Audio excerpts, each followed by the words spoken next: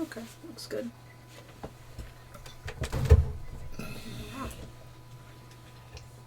I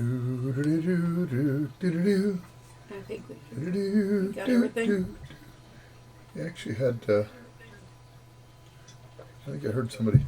I did too. How would we hear anyone? I don't know. I don't have my Discord up.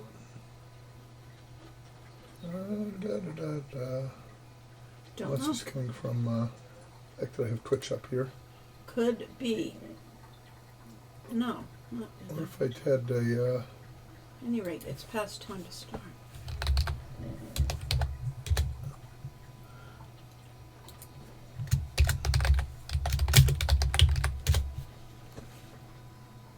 Oh. You could start with that underneath, you mean? Uh-huh. Well, then start it. 'Cause it always takes a second. Hello. I think they're hearing this. Hi. Oh, because you do have the stream going. Yes, the stream's going. We're just on the okay. display for... Hello. Hi! Lori, Corey. Yes, Okay, that was the stream. that was a Cole Clan that we all... Cole Clan, welcome. Yes. Welcome to a hot midsummer night, or day.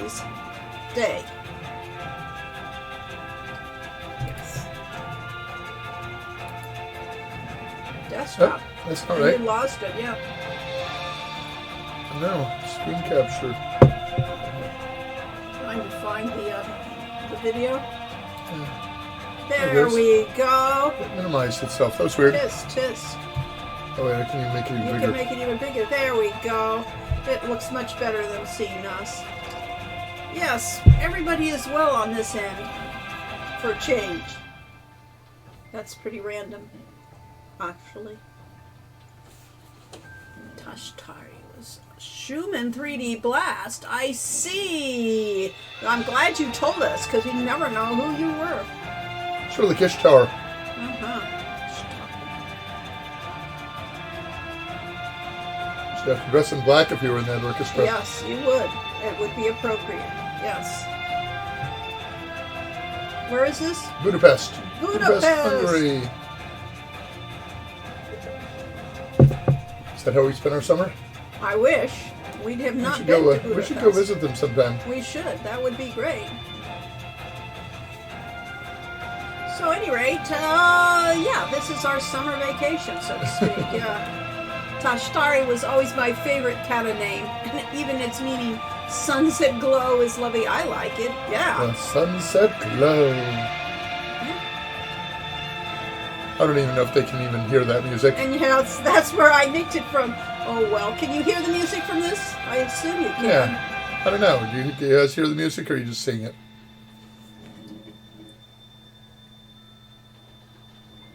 Nice. Oh, there we go. Yep. Budapest Scoring Orchestra.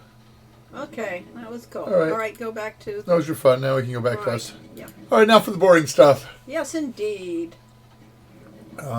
That music is I consider it very, it is definitely epic. is epic, and we were very, very proud of it, pleased with it. Yeah, Ryan Grogan did an amazing job in the entire score for Hero U, and then one day he wrote me and said that he was going out to Budapest to record something for a TV show that he was working on, and asked if we were interested in getting a live orchestral version of our theme. And, of course, the answer is, well, how much? Because we actually asked the right question for a change. Yeah. Something, and the cost was reasonable. By a certain given By definition. most definitions. Uh-huh. Much cheaper than getting it done in Hollywood or whatever. Oh, yeah, for San sure. Francisco.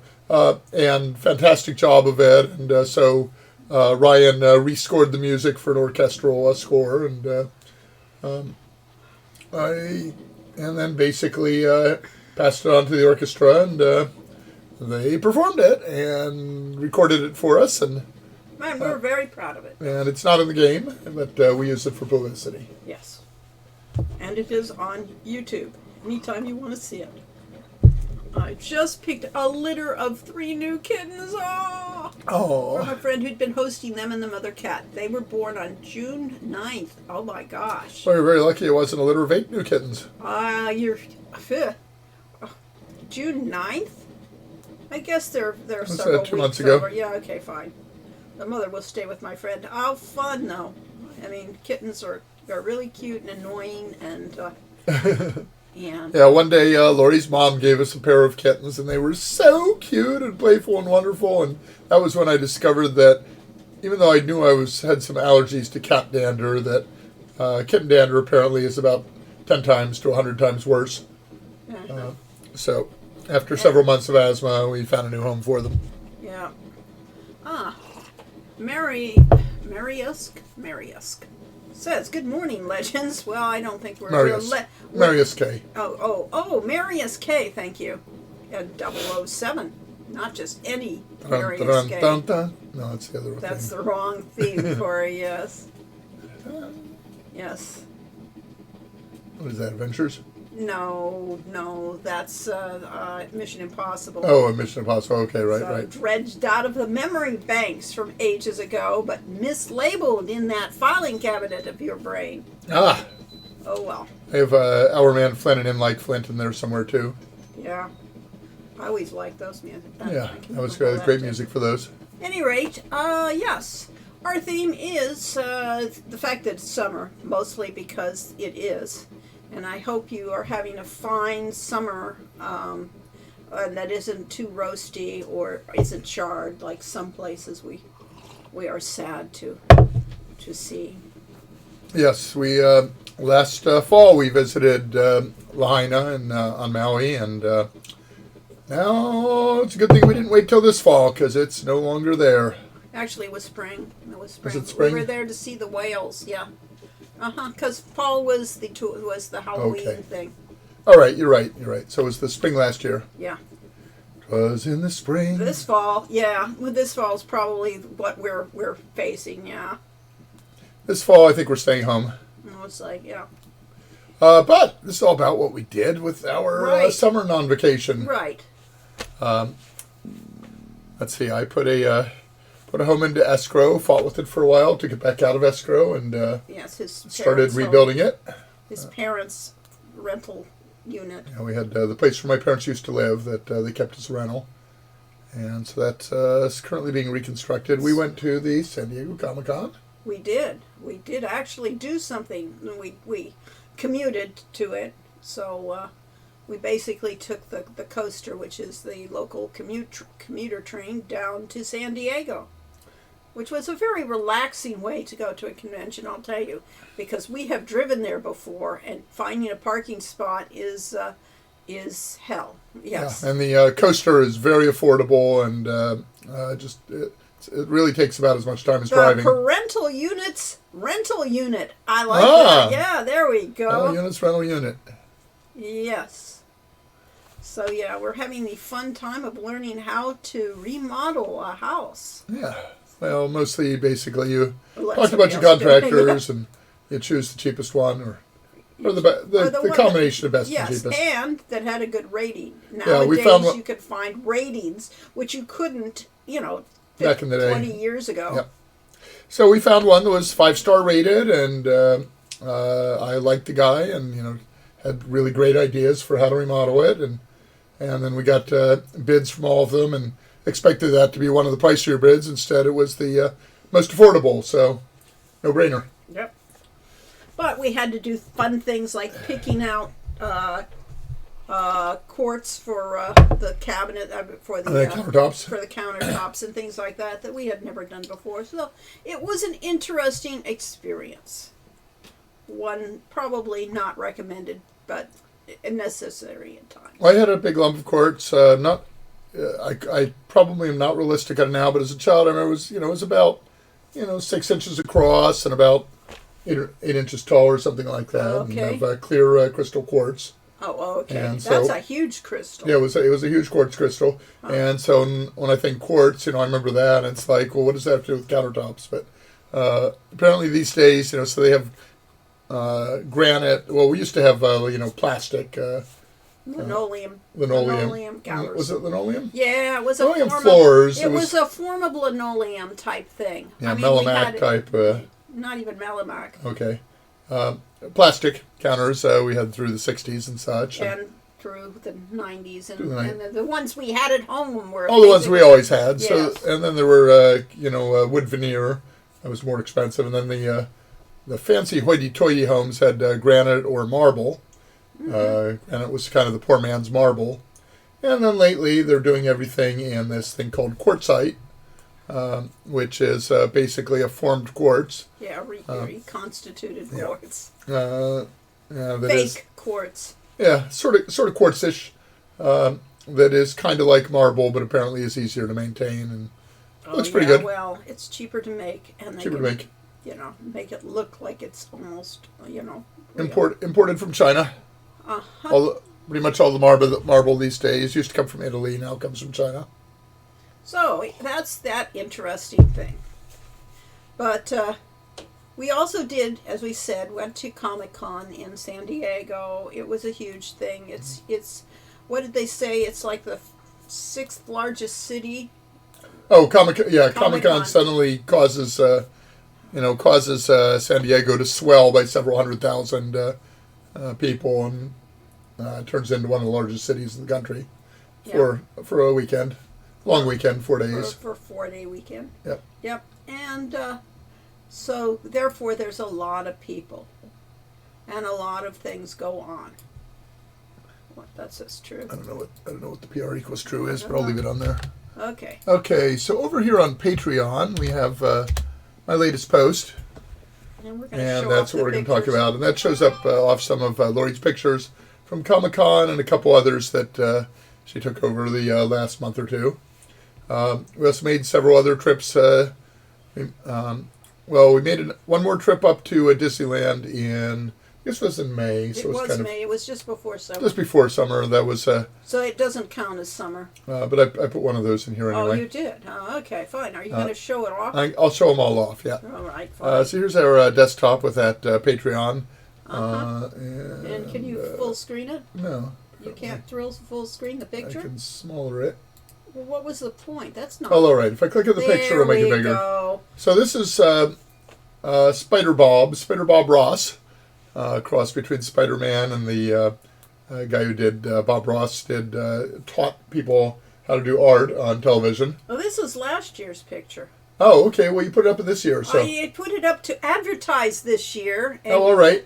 Yeah. Well, I guess I can take that down anyway. You can take that down. He was there last year and this year. And this year, took several. Well, of course, everybody you see here, I've taken at least, 3 pictures of, and then I picked the best and photoshopped it. And this is Maleficent. She's got Sleeping Beauty's castle behind it, or else, that area. Did you put it there, or was... Yes, I put it there. Oh, okay. She wasn't there. She was at Comic-Con. I put in a background. Photoshop. Yes. Yuck. Great power comes happy mistakes. Yes, Sounds indeed. Good. Yes. Then here's the Red Queen. No, Corey. No? It's labeled the Red Queen in your photo. Yes, but what is she? Who is she? She's the Queen Amidala? Yes, that's Queen Amidala. That's Queen Amidala from Star Wars 1. Yes, the costume was just so close and so accurate. I was blown away because I looked it up afterwards and saw it on the real thing, and they did a fantastic OSU job. Brainiac was delayed by the library. Oh, no. Well, there are worse places to be delayed. I think libraries are a fine place to especially be delayed. this time of year. Because they're generally air conditioned. I am continuing my work on inspecting and working on more vintage computers and equipment, focusing on printers today. Lots of ribbon dot matrix ones. Docs matrix, that's when you dox them. Okay. And a couple of 60-pound laser printers. We had. Yeah, we ordered a microwave for the place we're refurbishing, and it was it's an over-the-range one. It was like 63 pounds, and I said, geez, that's heavy for something that's basically floating. We had a 60-pound laser printer. No, this is a 60-pound I said microwave. We had a 60-pound laser printer. Yes, we did. I went with our Atari ST. Do you keep in touch with Sierra colleagues? Only Facebook? Occasionally. I just got an email from Christy Marks. Yeah. And I had gotten an email from her on a list I'm on last month, and a friend of hers was putting on a a panel of 90s game designers for Comic-Con, and wanted to know if any of us 90s game designers were going to be there. And we would have if we would have if I'd seen it. read it. If I'd seen it until this week. Oh, wow. Yeah, we missed that. So, coincidentally, I have a World of Warcraft character named Amidala, and when I created the character, it never even occurred to me that I was copying the name of a Star Wars character. It was just, oh, that's a cool-sounding name. And this? This is Grogu, a.k.a. the Child, also sometimes known as Baby Yoda, although we're told he's not actually Yoda. This was an animatronic. This thing was self-running animatronics that actually did blinks, move his hands. He looked just as complicated as the puppet that they actually used for the recording, and he was just so well detailed. Puppet. It was right, live action. Mandalorian is live action. The real Grogu puppet. Actor. Huh. Yeah. So this was amazing. This was just in the dealer's room at Comic-Con, and someone was showing it off, and a company that makes, they had several different animatronic type things there. Yes, but this was just absolutely Lori means 1980 Yoda. Right. Okay. Then we have Captain Britain, which is the British version of Captain America. Yes. If you watch the Disney Plus, they have the alternate What If cartoons, and she was on that. I think she does. Captain Britain predated that in the comics, but not in an era I actually read comics. And there we have Some Call Me Tim. Yes. Tim the Enchanter. They had the entire Monty Python. And the Holy Grail, including the Vorpal Bunny. Vorpal Bunny and the Killer Rabbit. They had they had brought the picture up. King Arthur. King Arthur was spot on. He looked just like Graham. I don't think he even had any shit on his boots. No, well, I don't know about that thing. My brother's named Tim, so I've always had a fondness for that character. Some call me Tim. I should have gotten the group picture just to show it off. But these are my refined versions that take out the background and make them look like they're actually, portrait ready. Oh yeah, this is for Disneyland. This is just outside of the Pirates of the Caribbean, and in a window they had a little display of pirate skull and some doubloons and. Yep. Yeah, they're fake doubloons. They aren't the cursed coin. I have a copy of the cursed coin. Yeah, we actually cast our own cursed coin, or did you cast one, or did I we cast one. Actually, the instructor casted it for us, but it was off the original model. Look at all the bones. You sure picked an eclectic group. I wanted everything we did this summer. This is named Fireworks, and that is the particular variety of rose, and it is at the Rose Garden at Balboa Park. Its actual name is not Fireworks. I thought it was Fireworks. No, I didn't. That's what you called it. I thought that was the variety. No. I seem to remember something like that. There are many different roses. I did not write down the names of the roses. I think that was called Fireworks, and you just remembered it. Maybe. Regardless, that's at the... there's a wonderful rose garden near the zoo. Yeah, near the zoo. The San Diego Balboa Park is a fantastic place to hang out. This is kind of on the periphery. If you're touristy, if you're ever San Diego tourist and not doing Comic-Con, or even if you are and you're there for an extra day. So we were down there driving by. Let's see, I had to go to the lawyer and sign some paperwork. Then we went by the place that did the marble and quartz countertops to pick out our countertop. It was a hot day. And then I went from there to visit a Kaiser doctor in regard to surgery that I had a couple weeks ago. Yep. And I'm recovering from neck surgery.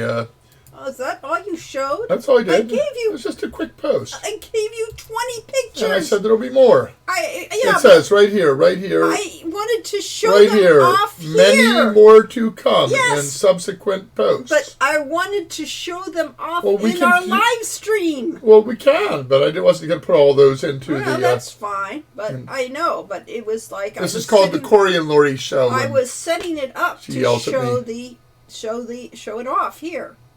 Dead men tell no tales. Yes. Okay.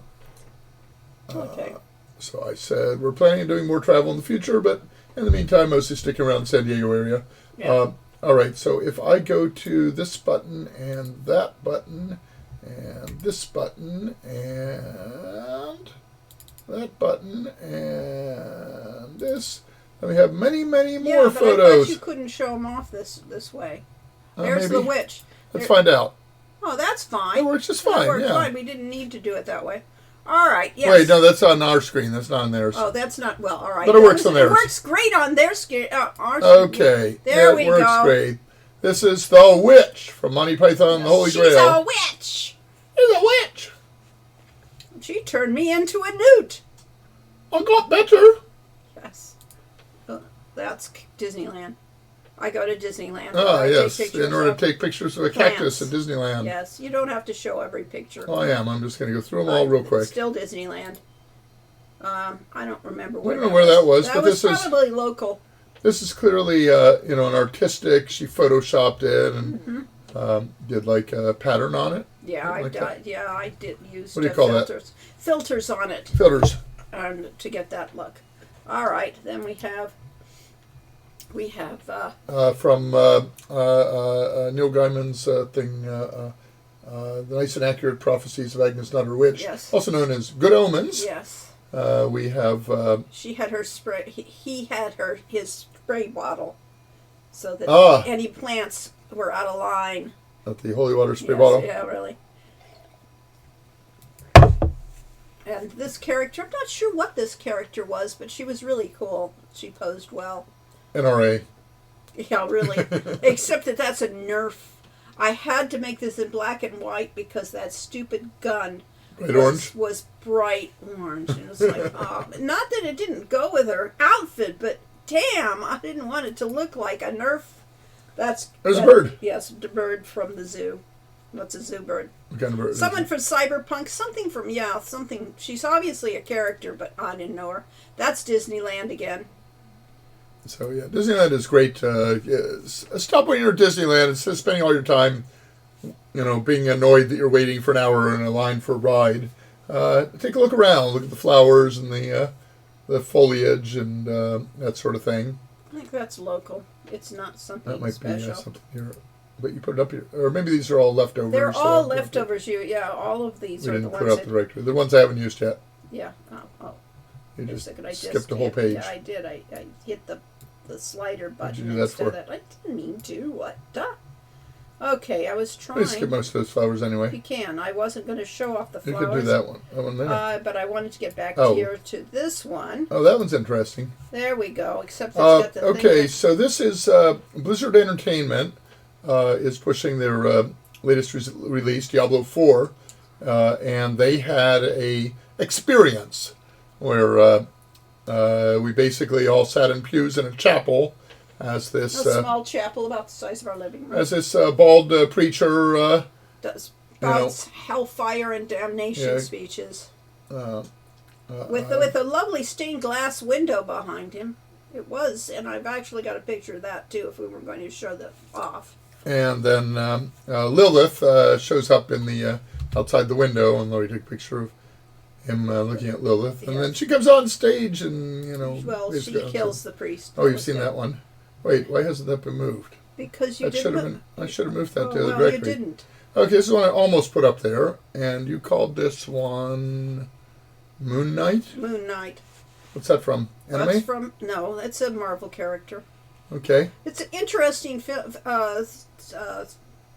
mini-series that they have on Disney+. And the way he did the costume is reminiscent of a mummy. He is, because he is Egyptian. Ah. He is the avatar of, Thoth or not Thoth, one of those idiots. It isn't very good mythology, but it's interesting. I almost put this one on the post. Marvel's Batman equivalent, but with mental illness brought to the forefront. Oh, yes, very good. Yes, it is. Khonsu. Okay, Khonsu. Okay, fine. So this one I almost put on the post. Moon and it's Time, really cool. I What would you say about this? That's just an nasturtium that I photoshopped. And made a put against a painting, yes, background that she found somewhere of a. So she'll go around and take pictures of walls and things Yes. in order to get the wall texture, so she can put them behind her things. Okay, let's skip a lot Yeah, of skip flowers. a lot of flowers? A lot of flowers. I can't read that one, so we'll look at it. Oh, it's another flower. What do you know? Flowers. More flowers, and then we have This one. She was actually posing for one of. There's at least 5 major groups that go to the Comic-Cons and do cosplay videos and photos. That do was that curtain actually behind her, or did you add that? I added that. That's actually a ceiling fixture in the Marriott, or one of those things. So. Never know where you will find inspiration. Right. So this is very important game design advice. Yes, you never know. You'll get it what anywhere. will be useful, and that's what texture is. The art of getting the right textures is quite a feat. Yes. Samus Aran from the Metroid series. Oh, very good. Good to know. Here is the next character. Yes, looks like a Star Wars. She looked like she was Star Wars with that outfit, but it could be anything. I don't know. So I did put her behind a Star Wars background from, of course, from Disneyland. So she could have been from Dune. She could have been. No, it wouldn't be. Or did they Definitely not really have Star guns? Wars. This is Scout Leia from Return of the Jedi. Thank you for knowing the things. Yes. Scout Leia. Scout Leia. Okay. Okay. I didn't recognize the gun. Let's put it that way. Okay. But And then we have. it was a badass who did occasionally use. Yes. There's the Riddler from Batman. Yes, that era of Batman. Yes, exactly. Let's see. That is not probably. That was what we That's a watched bird. on. That's a bird. Her coat is of a brownish color. So she's a brown coat. Ah. Okay, it tells you how to get free money from the government. Ah. Oh, yeah. We've seen those commercials. Ah. Except they have dollar signs instead of question marks. Yeah, clearly modeled off of the Riddler. Oh, I like his staff. Not quite sure about that pink band on it. I'm not sure about that thing. It looks like it's a plastic staff from some toy that he used, but who knows. Yeah. And here is this year's version of Spider Bob. He was posing out in front of the convention center, so you can see both versions of the convention center area he was seated in. So, yet again. And then, we still have a few more pictures. We have from Spider-Man through the into the Spider-Verse. We have a gender bender character of the main antagonist in that movie. Awesome. Yeah. The awesome Spider-Man. The Uber Spider-Man. What was his name? Miguel? Miguel. I don't like these things. These things look crappy. Yeah, they look weird. I almost removed them, but they look strange. They're part of the costume, so they belong there. Yeah, gender bent Spidey 2099. Thank you. Miguel O'Hara. Yeah, that's it. Yep, that's him. And then we did see the movie, but memory. Yeah. Then we have Spider-Punk. And this was one of the better. Nice fretboard. He had a real guitar. I mean, there were a lot of. I figured this would be a lot of Spider-Men / variants in there. There wasn't as many. Yeah, because that was the nice thing the film did is they allowed all sorts of spider persons. And so yes, there were quite a few. Hundreds. This was, and there were a lot of the Spider-Punks, but this one was probably one of the best. There was one that was even grungier and actually looked like he was right from it, but oh well. I mean, let's see another flower. Is that a flower? You're correct. It's an orchid. It isn't just any flower. It's an orchid from the Orchid Show at the Botanical Gardens. Yes.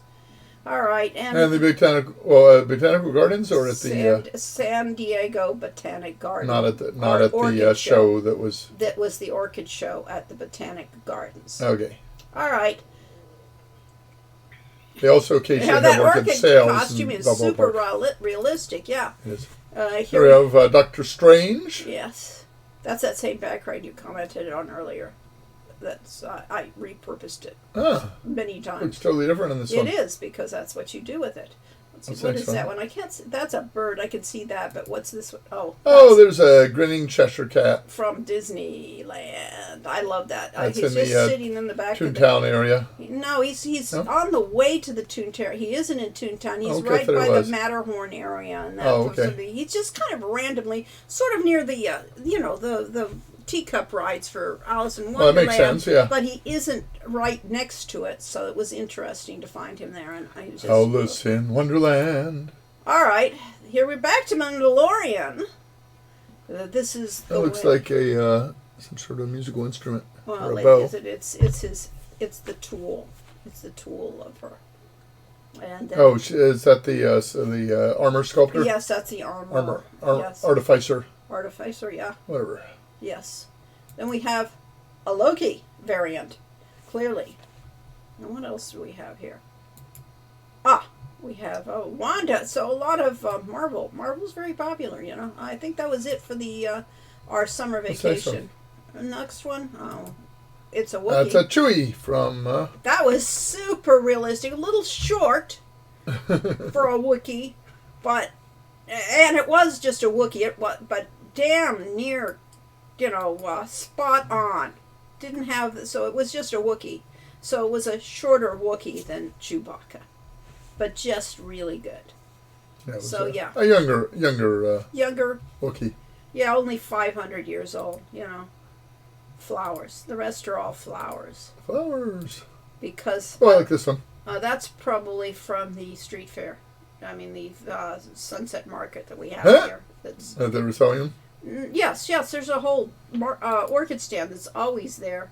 Oh, you got three at once. I wonder how I did that. I don't know, but you successfully did it. All right. So we'll end on flowers. Yay! Because I take a lot That's of our show. flowers because flowers are easy to photograph. They don't And run she doesn't away. have to ask for. She doesn't have to get flowers Yes, to sign really. releases. Yes. Yeah. Exactly. So I don't tend to photograph. She doesn't get the people, Unless- customers but- to sign but- releases either. We probably But should. everybody at as long as I'm not doing it for money, I don't need to do it because they're in a public place. showing So off. do not sign up for our Patreon and give us money.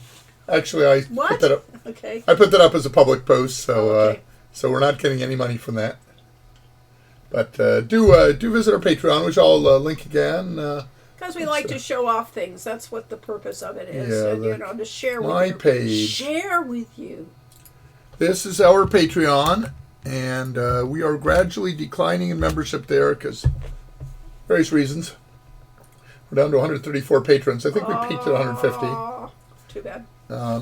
And Lori is saying that we may shut down the Patreon at some point when we decide we have too much money and we don't want people giving us Yes, money when, anymore. when we're suddenly rapidly rich from all of the summer days. Yeah, when Summer Days really takes off and Yes. sells a million copies. Well, not, So don't buy Summer Days either. no. Oh, did I get this wrong? Yes, you got it wrong. Oh, okay. Don't panic. Okay, fine. I turned off that page so they don't have to look at your... You want this page instead? No, I don't want that page either. And probably this page. That's okay, but it's not necessary. At any rate, So there's that's some of the things we did this summer. yes, the highlight reel of summer, because we didn't do a whole lot of other stuff. I've been playing a lot of World of Warcraft, and I've been doing Oh a my lot gosh. of paperwork. Yes, an awful lot of paperwork, and we're continuing our work on Epheos. There's Adventure. Yes. Zarafuzzle's going to be in Critical Role soon. Maybe she'll mention Dilly's Tale, and you'll suddenly get a boost. Oh, that would be We'd awesome. probably get a boost if I actually, went out did and something. started She's going to be on Critical sending Role. sending That's copies awesome. to Yeah. critics and such, but YouTube Yeah. channels. It would be awesome if she would mention it. It would be, we could use all the mentions we could get. I wonder why the music professor says you've never heard this version of Fury Elise, and this version is better. I see, Corey. Why are you? Yes. I am Zara, and my companion is Damiano. Yes. So, at any rate, that was that. That's it. Okay, we're done. Right. Taylor Swift outsmarted her record label. What do we know about that? Don't look at your 15-year-old Emma sings Voila? I never heard Voila. You don't need to, Corey. You You do don't? not need to read things that are on there because that's not what we're here for, unless it's entertaining. I have a problem when we're driving. Is I've never been able to resist reading every single road sign and store sign out loud. Yep. It all started with our son Michael. That when he was young, we would read him all the signs, and somehow I got in that habit and never got out of it. Yeah. And he's driving too, so that's a little disconcerting because you could call it driving. Yeah. Normally, driving is, has some relationship to paying attention to where you're going and what you're doing. Tap a canoe and how do you do? Seen all the sights or just sighting all the scenes? How you doing, Bruin? So Tip a canoe. Tip a canoe and Tyler too was a political slogan from before our time. It's considerably before our time. The history majors will 1800s. remember what it was. I had to write a report in 6th grade or something. Was it William Henry Harrison and was it Benjamin Tyler? Oh, yeah. Something Tyler. Okay. And I think Harrison was the one who got elected president and lasted a few days in office before dying in a bathtub accident. Golden Drake went high. Oh, yes. Yes. Oh, that's from Indiana Jones and the Fate of Atlantis. Ah, yes. Our famous quotes and trivia time, indeed. You can see how good we are at trivia anymore. We can even identify Princess Leia. Well, General Leia, I guess. Was she a general at that point? Maybe. John Tyler.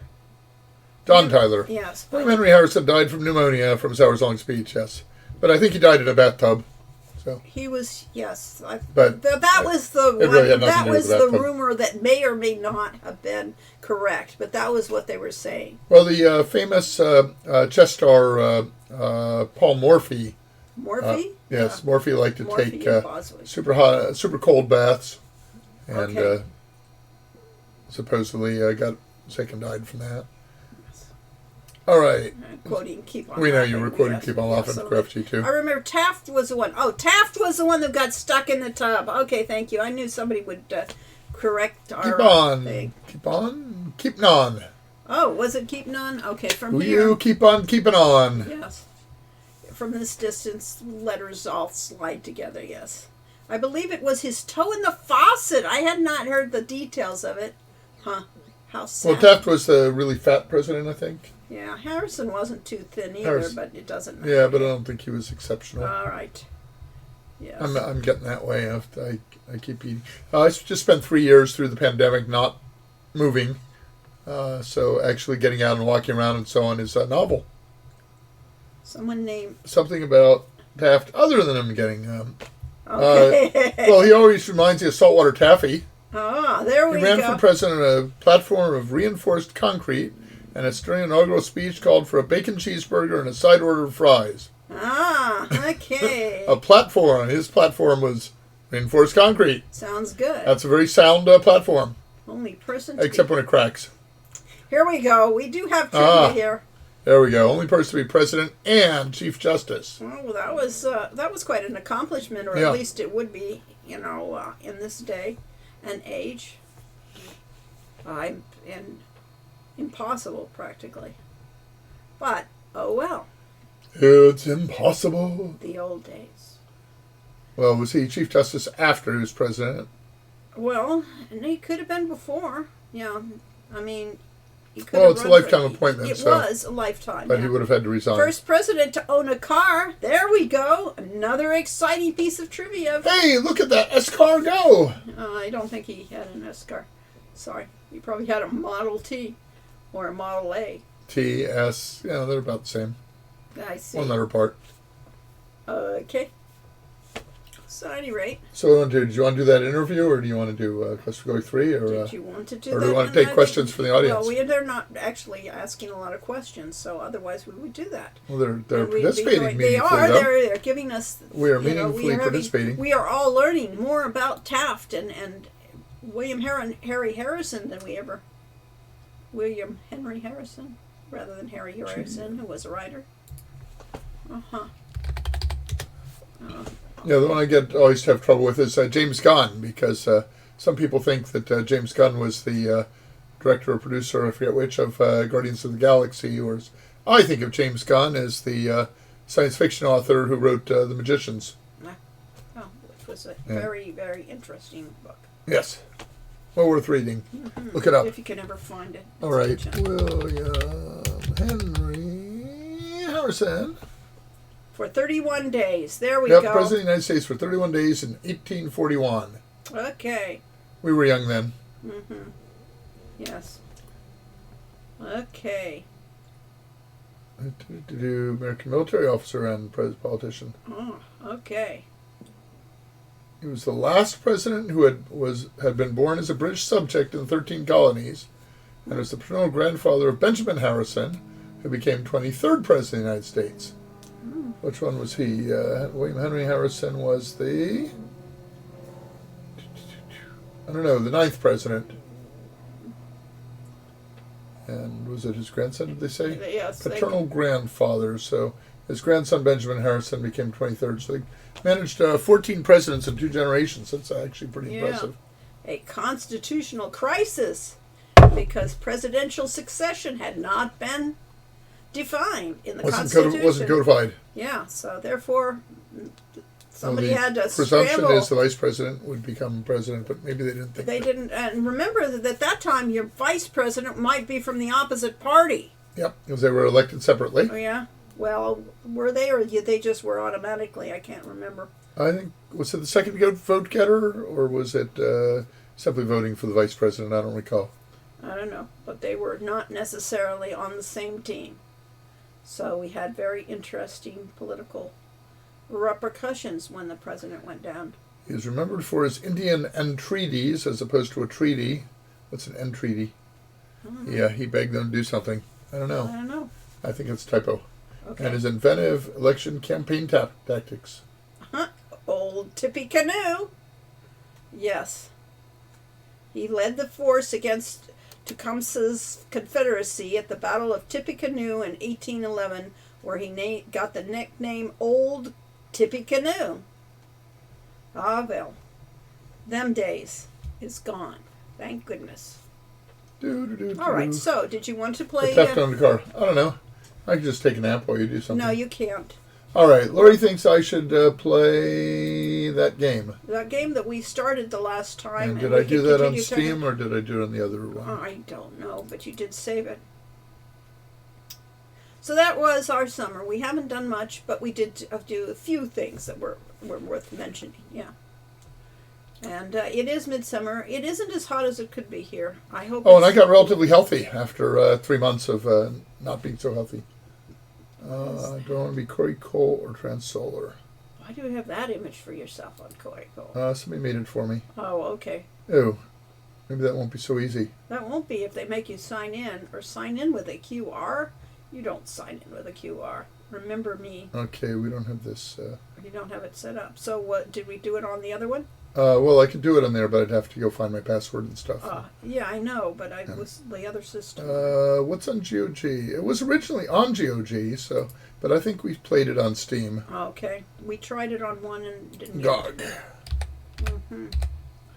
GOG Galaxy. Okay. Yeah.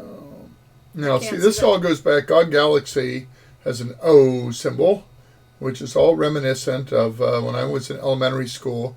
They had a straw letter O with circling around and around and around, and I never quite figured out why we were supposed to circle it multiple times, but for decades I signed my name, Corey, with the O, like 3 circles on the O. Okay. Because that's how I learned how to draw an O. I see. And I really had to work hard to train myself out of doing that. Owned games.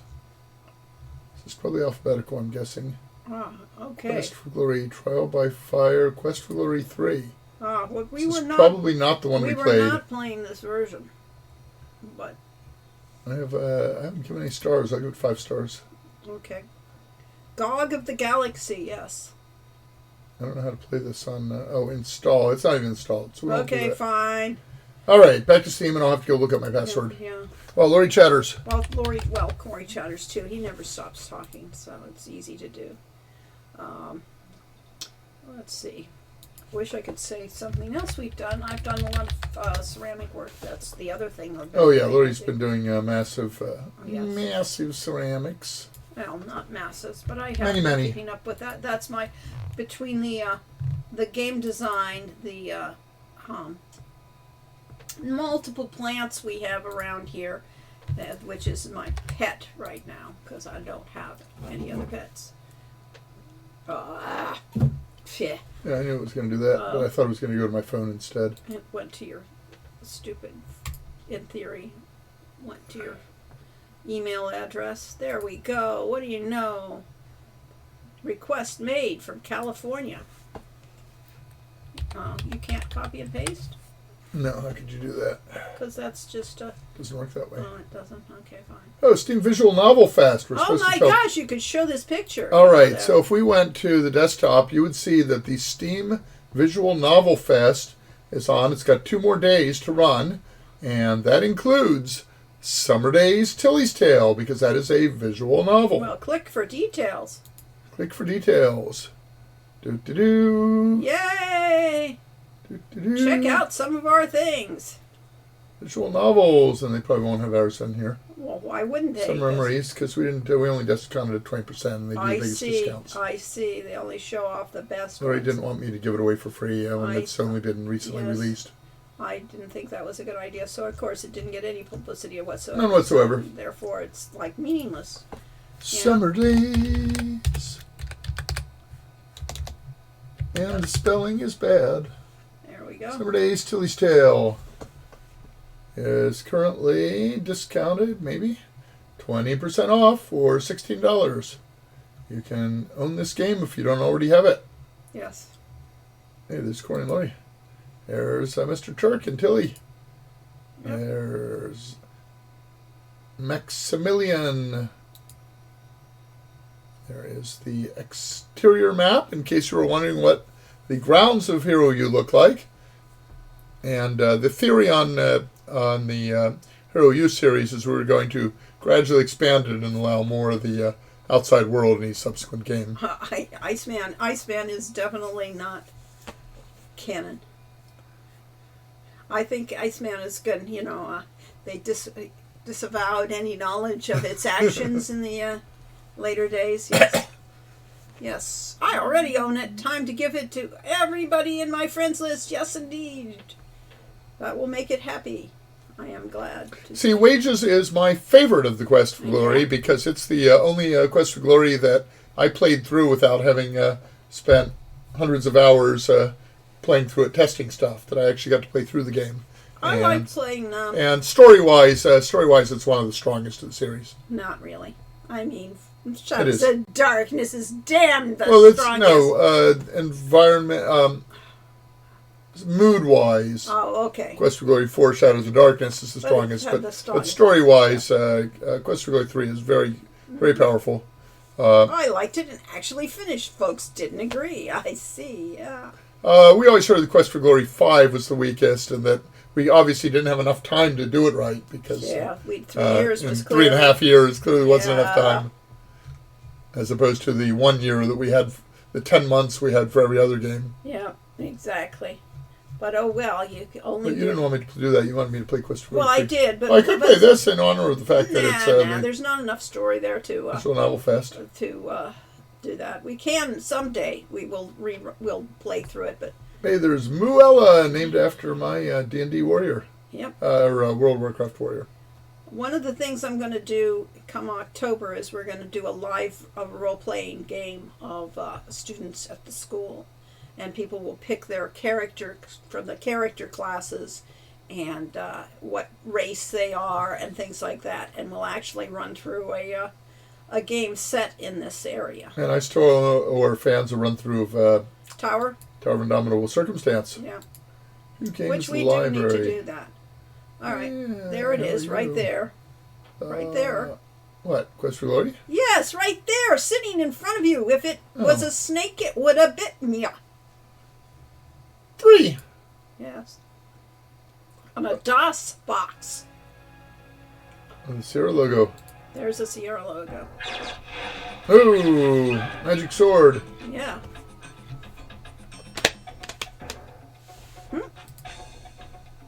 We are in the Simbani village, in case anyone forgot.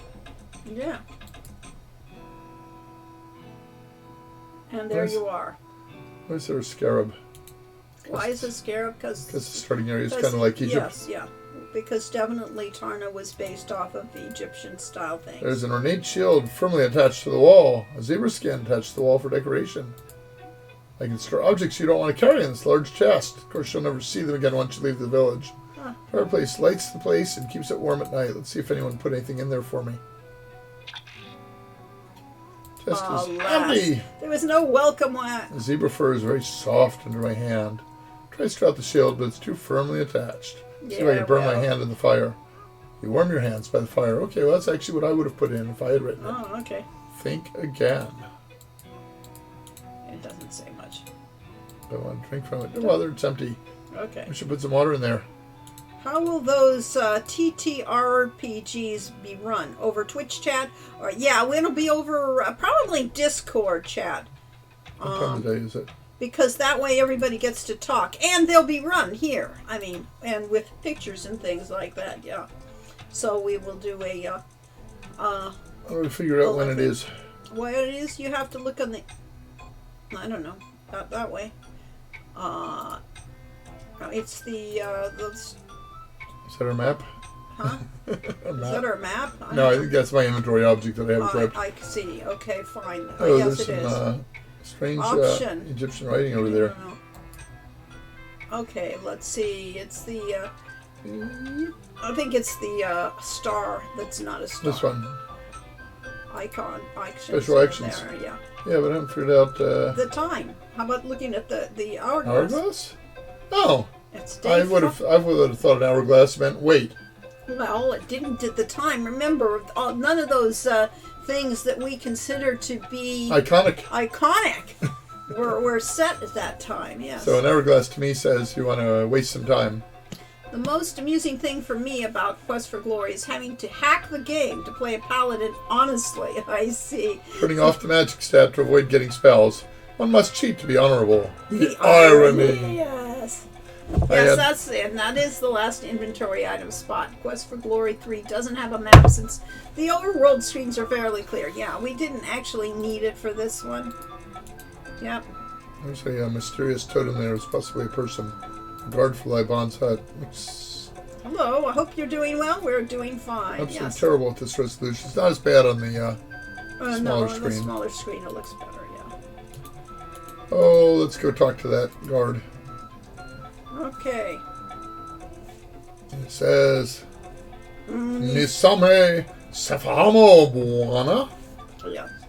And where's my dictionary? You have no urban dictionary. There's a gift. Let's see if we can Oh, you didn't open your gift. You got to open your gift. Why would I do that? The outside note reads, to Shala and Shima's. If we left, Shima asked me to give that to. So we could take this and click on the packaging of our gift. Ah! Okay, we just blew up. We're dead. Yeah. So graphics are terrible. This is as bad as Quest for Glory 5. That old keep-on. What a joker, you say to yourself. Nobody seems to be listening. All right. So what happened there? Wrapping paper.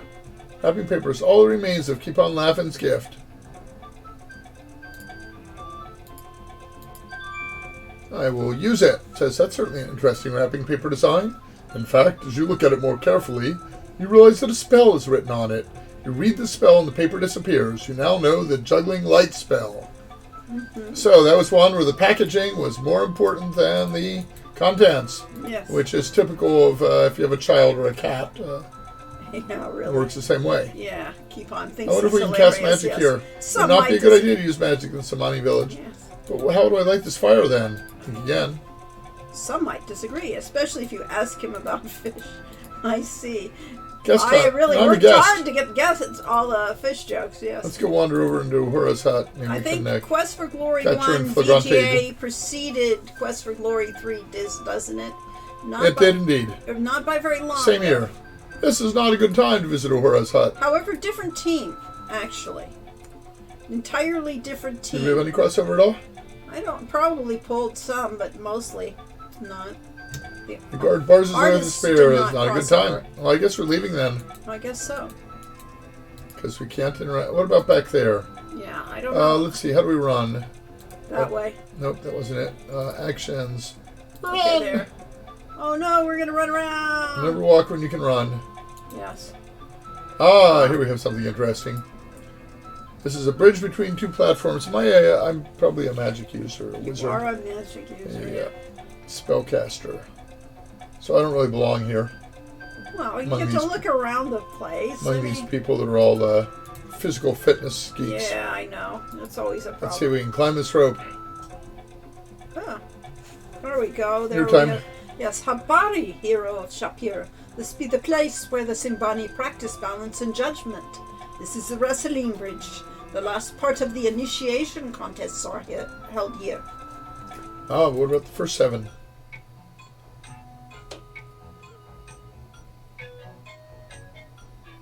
Is she topless? No, but she does look like it from the back. Boop. Ask about bridge. Two warriors be standing on the bridge and facing each other. They trying to make the other lose their balance. The skill of balancing important, but so too be judging the right moves to counter your opponent and knock him off. This be a tough competition and requires much practice. So are you speaking Pidgin English because you want to because- insult black people? Yes. Contest. Skill. Good Could place. be a Practice your agility. Agility be good for dodging the claws of monsters. Well, let's climb up there. That's a walkie icon. Oh, I thought maybe it would climb me to the top. Oh, you have to use a doing climb. Okay. Well, I climbed a rope. I was never very good at that. as a Wow, kid. you're doing really well. Let's see if the arrow keys work. No.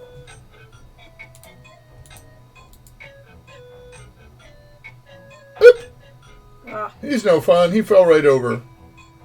That's Firesign Theater line. What's our character sheet? there. Agility. Our Our agility has gone up. 104. What about our climbing skill? And our health? 0. Yeah. So the rule of thumb that we set up for Quest for Glory and for our previous game, the something or other guild, Magic Guild, Adventures Quest Guild, something guild, Fantasy Guild. Fantasy Guild, that one, is that any skill that is at 0 cannot be improved by practice. Yes. You have to be taught it. Yeah. Once you've learned it, you can improve it. But at 0, it ain't provable. So we'll never be good at climbing the bridge. So why bother? But we did get to talk to Uhura, which means we can sneak into here because she isn't there anymore. Too late. Habari one. Many cultures have titles that are almost always using a title with a name or that. Say hello. The elder says, ask about Simbani. The Simbani have been living in the savannah since the world began. We travel with our cattle with the seasons. And a totally inappropriate voice, but that's okay. Cattle will be the center of the Simbani world. They be our wealth and our life. Yes, again, this is modeled after the Maasai tribes. I be called Mngolje, the one who waits and watches. Much like the genie in Quest for Glory 2. I be watching over our village while the sun is in the sky. Yes, nice, convenient overlook, which mostly Yep. you don't have it in. Can't get there from here. How do I get out of here? I'm already Buana. And you go down. That's where I went. That took me up when I went down. Oh, okay. Guess that isn't the exit then. There's no way out. Ain't no easy way out. Ooh. More equipment. I'm probably not very good at this You're either. Probably not at all. Let's grab a spear. And Uhura conveniently comes here to explain how to do this. Throwing spears. No Simbani warrior will ever use a sword, so you cannot throw a sword in battle. It seems to me that it's easier, not to throw your I weapon don't away. have a What happened to the spear I'm holding? Did you pick it up? I did. It Oh, but isn't- maybe it didn't count. Oh, there we go. Yeah, it's an icon. Yeah, appears you could use more practice, like a lot more. Yeah. Since you don't have any throwing skills. Yeah. They didn't even bother to animate it. No. We haven't been to this Bunny Village for a while, so maybe if we go this way, we can get away. There is no escape. You never know what's going to happen. There should be more to this. Nope, that's the way to that. Okay. We don't see a lot of cattle. Oh, there's the cage behind the thing, so apparently you can go there. Ah. There we go. Welcome, Prince of Shapiro. Hurabi is telling us that you'll soon hear. I am Yusufu.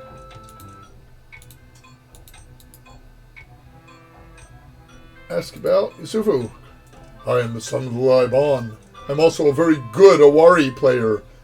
That is the game you see before me. What's the other name for Awari? I'm sure somebody can tell us. There's a lot of names for Awari anyway. Montella, yes. I knew. All right. Do you So it's think marketed the races Lyantars and Kata have a common ancestor, like those races related in Gloriana? No. What happened was when the you don't need to read this. So yeah, if you can figure this out, if you've played it, you know what to do. Number 1 game in 51 Clubhouse games on the Switch. I was highly pleased. Oh, you're number 1, huh? Because you knew what to do. What do you know? Are you playing it? Oh, it was him. So you're actually playing it.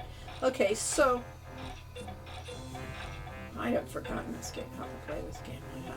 I have to concentrate. At any rate, what I was going to say is that at some point in time, there was a series of rifts that all opened up across all of the world.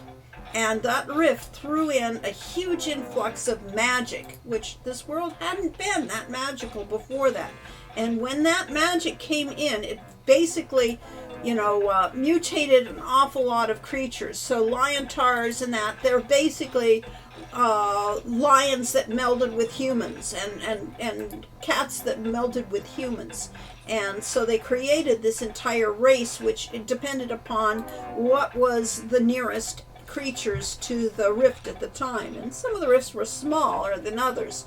And some were massive. So therefore we have all these creatures that are hybrid creatures. And it just so happens that humans are one of those things that, mixes well with others. Yes. I've never been to Africa. After learning a bit of it from Gabriel Knight 1, it sounds like a fascinating place to see. But first, I would have to see New Orleans. Yeah, I agree. If I were going to go, to do anything with Gabriel Knight, New Orleans has to be the place to check it out. I'd like to see New Orleans someday.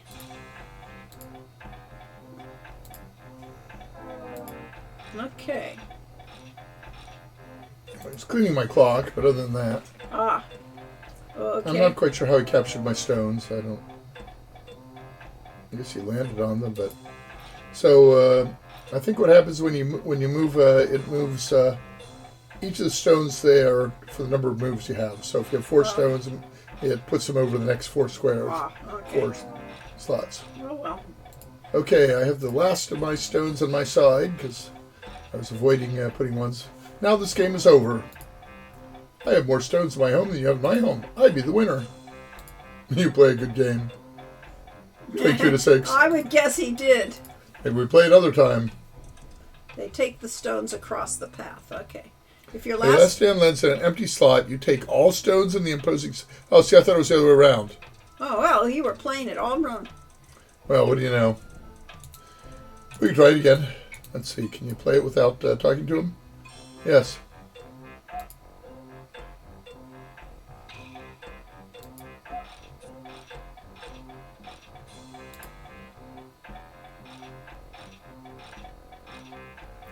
Okay, so this should go 3. 1, 2, 3. Why do you want to give him a stone? Because I'm supposed to capture stones Okay. when I go into an empty slot, they said. Okay. So I'm not leaving any empty slots on my side until there's time. Now I have to watch out. Okay.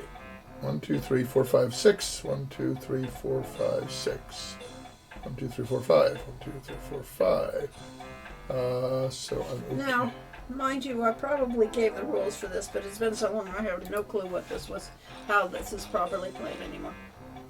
Now I go again because I ended over there, but I can't play from here. That's your home tray. No.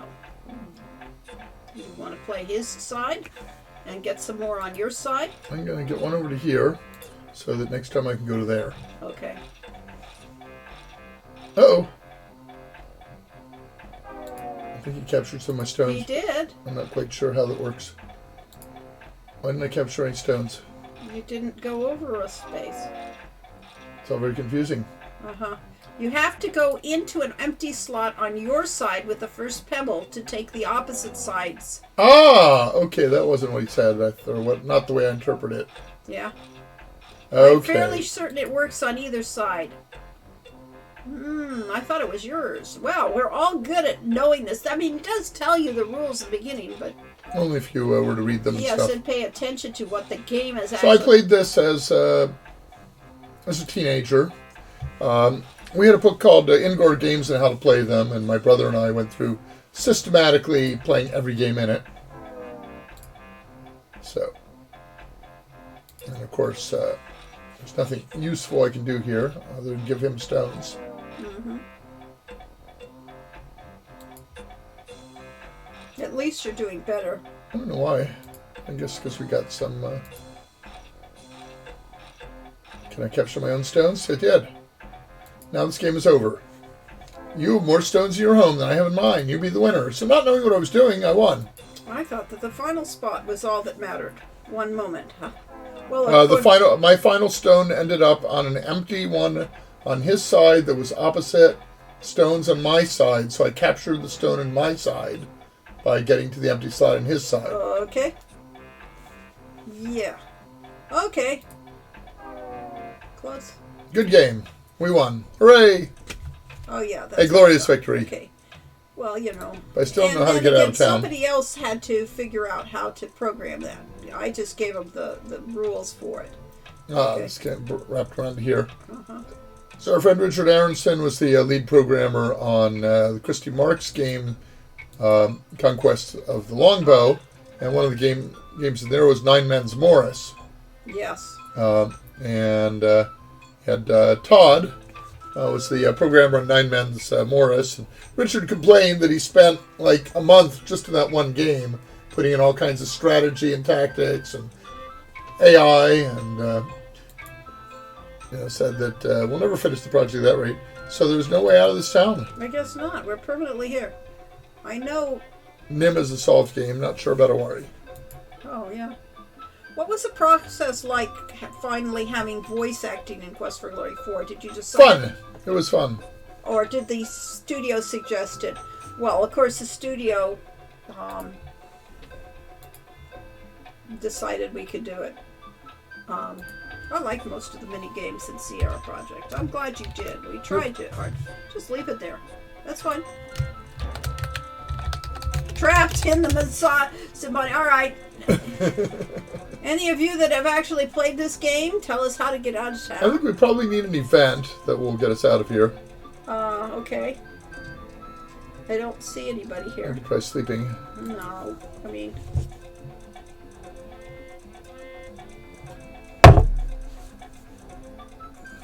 Okay. Go to the... You go to overlook and then head left, I think. I tried that. Mm-hmm. Bottom of the screen. I tried bottom of the stream, too. Yep. We tried bottom, we tried left. I think I tried right. Maybe we can ask the elder how to go home. Maybe. Ask for directions. Abari. Ask Savannah. Savannah's all around us. Maybe he'll tell me how to get there. Enough already. Yeah, I tried to go here. Is this good game? Oh, this time it worked, of course. Oh, of course, yes. It didn't work last time we did that. Less bug. Yeah, it is left from here. Wow, we went far. Yep. Now what? Over to the spawn? You could. We have no goal. We have no goal. We have no idea. Is this good game design? Well, clearly not. I mean, honestly, it should be obvious. Run away! No, I'm trying to move, but I can't get my mouse to move. Okay, spell. Is that Daze spell? Trigger. Big magic. Dazzle, there it is.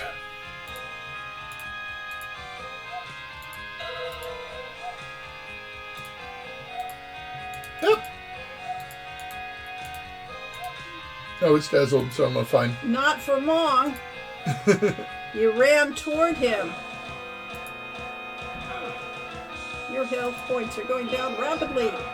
He's tougher than I am. He is. How do I run away? I guess I click on this thing. He's a really muscular-looking dinosaur. That is a buff dinosaur, yes. It's definitely on roids. I agree. Now, you'll note that the hero did a little jog up on the screen in order to run around that tree. This was advanced stuff that we did not have available to us in the earlier Quest for Glory, so there's a little bit of pathfinding going on. He looks like a football dinosaur, I guess. He definitely is. He looks like one of the things from Ghouls and Goblins. I'm not sure you're ever going to get done with him. Get away. Run south. through the Go savannah. South. You want to get? If you could get to the pool of. Nope, that was a bad idea. Can you dazzle him? No. No, you'll better run away again.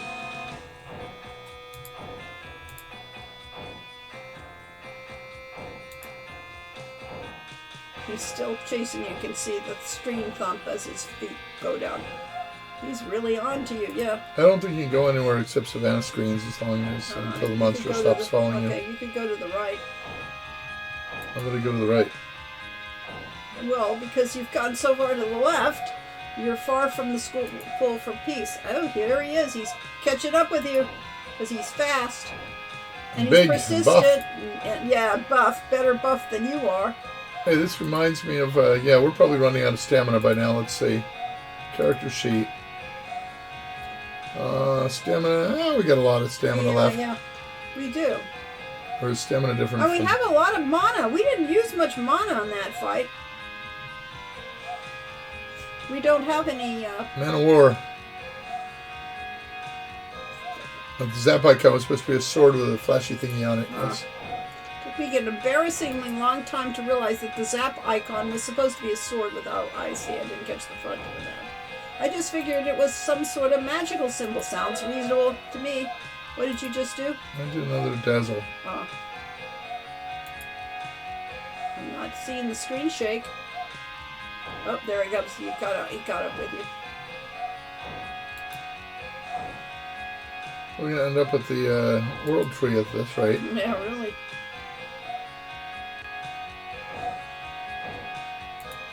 Did you test this game? Yeah, I did, but I didn't did. play it. I don't remember how. There he comes. He is just one really sincerely stubborn. One giant jump away from eating us. Yeah. Yeah, maybe you should move right to left because right to left has more space on the screen. Let's see what other kinds of magic we have. Do you have a peace spell? Calm spell? Juggling lights? You should have a calm spell. What does juggling lights do? It just makes light? I don't know. It's calm. Doesn't seem to have much effect. Yeah. Or maybe that's because the monster isn't on the screen. Yeah, probably. There he is. We don't have aim at this stage. No, what is it? Yeah. Ah, Battle tree is triggered, is likely blocking it. Wow, this game You're is supposed exciting. to be able to retreat from combat by running away. Right, yeah. Works in the other games. Well, I didn't program this, did I? I think if you go about 20 screens, you can go We've with it. gone more than 20 screens. Battle is having triggered, yes. That's blocking the ability to use... Oop. Pause there for a second. He's catching up. You are so in trouble. Oh, we're a wimpy magic user. We don't have stamina. I know, you should do another dazzle spell before he catches you. Oh, fortunately, he has a hard time coming from this side. Which one's dazzle? This one? Yeah. Screen is shorter in that direction. Yes, save early, save often. We did save. All right, run away. Don't just stand there. Why doesn't put that into my inventory? Huh? Why doesn't it put it in? I don't know. Nothing is happening while dazzling. Well, run away while you get the chance, and maybe that's the way to get away from him. In fact, I tried it twice before. Okay, fine. Maybe if you turn the game speed up a bit. Can I do a map? Let's see. I don't think we have a map icon. That'll be. Yep. Maybe by the time it gets to midnight, he'll change out for the other the night crew. No, we're running. We're definitely running. That's the running animation. Oh, this is exciting. Yeah. Design this silly thing. Definitely running. I think he sounds like he's huffing and puffing, though. I think the dinosaur's getting tired. You have the walking symbol in the hotbar, he said. I think that doesn't change, does it? It's just your icon that That's changes. just what command you have. So you have walk, look, do, talk. And then this changes your mode between run, walk, sneak if you had it. Sleep. I could try to go to sleep here. Oh, that's probably not a good idea. Rest for how long? Let's rest for 10 minutes. No rest for the weary, at least not now. You're walking now, Corey! Good, we did it. We changed the walk mode. Run away. Okay, you can play it from here on out. I see. I can handle this part. Yeah, run away. Why don't you cast some flame darts at him and get killed? Because he's almost on us. We have to catch. He's getting Another closer and dazzle. closer and closer. Remember, the action freezes while you're in the S. That's the wrong interface. Star. Star. This star? Yeah. The one that has all the things? Hand. There we go. Now, back away a little. Now, cast a flame. Well, stop. Okay. Now, let's cast a flame dart. That's a flame dart. It's obviously a flame. I know, but that doesn't mean that. Oh, it's a targeted spell. It is, and you wasted all that time by... Well, why did you have me take over the interface? Because you're wonderful. No, I am not. You know, if you're going to do it, you do it. Yeah. Okay, let's try again. Top to bottom running is faster because the screen is shorter. Yes, I'm wrong. You're right. That's running. Yep. So said. But I don't remember this dino being this on the Ego before. It must be a different speed setting. Yeah, it's speed setting. Run, Forrest, run! Yeah, well, we're running through not a forest. We're running through a savanna. That's why the trees are so far apart. We don't see a lot of animals on this That tree is new. Huh? Okay, I didn't see that tree on previously. Good. We're getting further and further. We'll never make it back. And we don't have anything to start. Oh, look, he's huffing and puffing. He's coming from the bottom, Right behind me. I know. Yeah, I caught up with you again. Ah! Yay! Dinosaur! The dino might have left you alone. Dynamite have left you alone. That was the sorest you've ever been. Yes.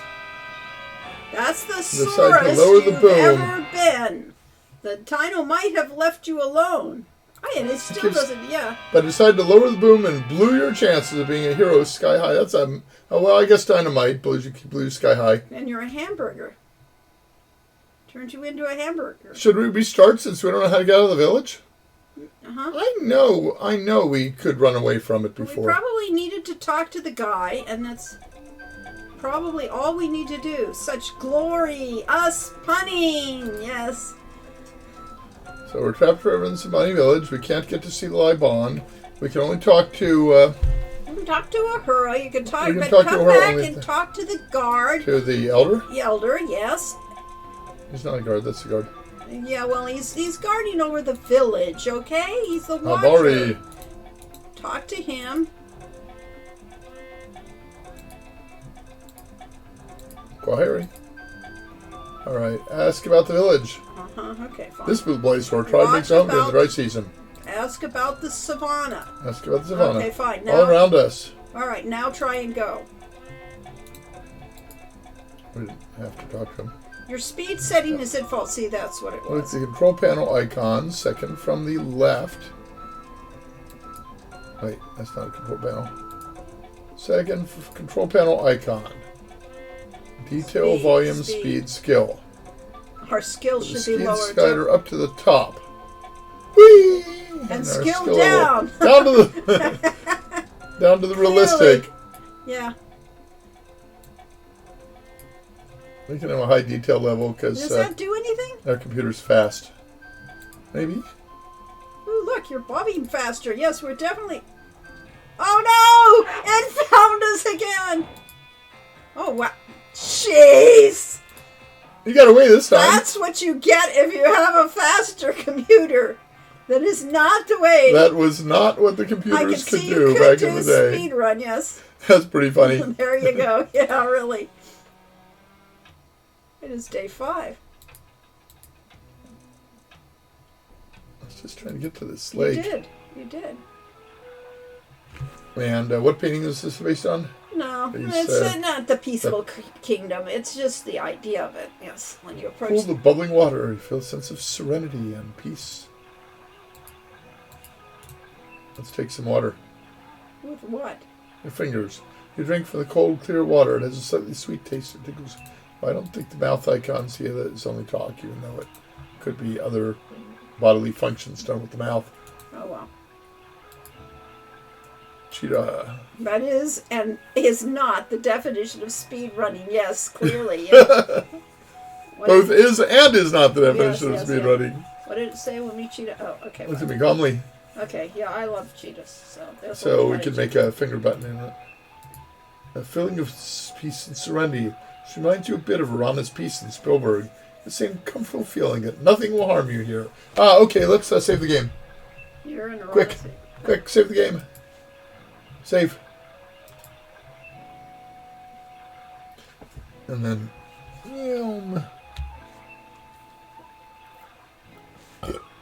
Pool of Peace.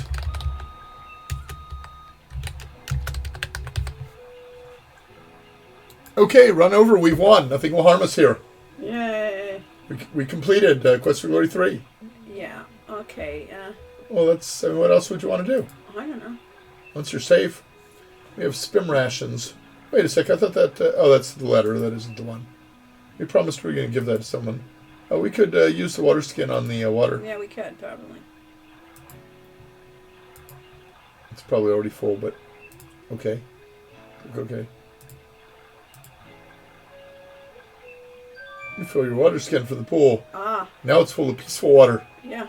And you've got a puzzle. One thing I was never wholly clear on here, especially the pool piece, another Arana locale, like the piece in QFG1 and the garden in QFG4, but was it crafted? The piece in the garden both seem like they were created almost entirely by her magic. This one feels more like she enchanted an existing oasis. It looks I'd say so. Yeah, I would say so, yes. She just did. She just made it a place of safety. It didn't need anything. It was just fine. We should go back to the village because it's getting late in the day. I was going back to town. Is there a reason you cannot get back to the town. That's a day's journey or something like that. See, it's gotten dark. Battle's about to begin. Giant ant. Run away from the giant termite. Looks more like a termite. Rune, not run. Let's see. Alright. I think it's because you could see the run with Detect Magic that I am concerned. Love this graphic and artwork. I'm glad you love this. I mean, it is interesting. Rune, not run. Correct me if I'm wrong. I heard that Quest for Glory 4 story was supposed to be Quest for Glory 3. So can you only run away if you're in super speed? In ludicrous speed mode, as they call it? I guess we need to go to ludicrous. It's on the other side. Yeah, it's a zipper. Yeah. All right, back to Tesla ludicrous speed mode. Yes. Whee! You got away. Yes. So that doesn't make any sense. in It's terms of game design. Yes, It that should is not work that the way. game design. Ugh. Fine. Ooh, Jumbo. So, I mean, That's good evening, evening. yeah, because there is. Ask about the village. Would be But where we stay yes. for the night. Savannah will be our home. Yes, indeed.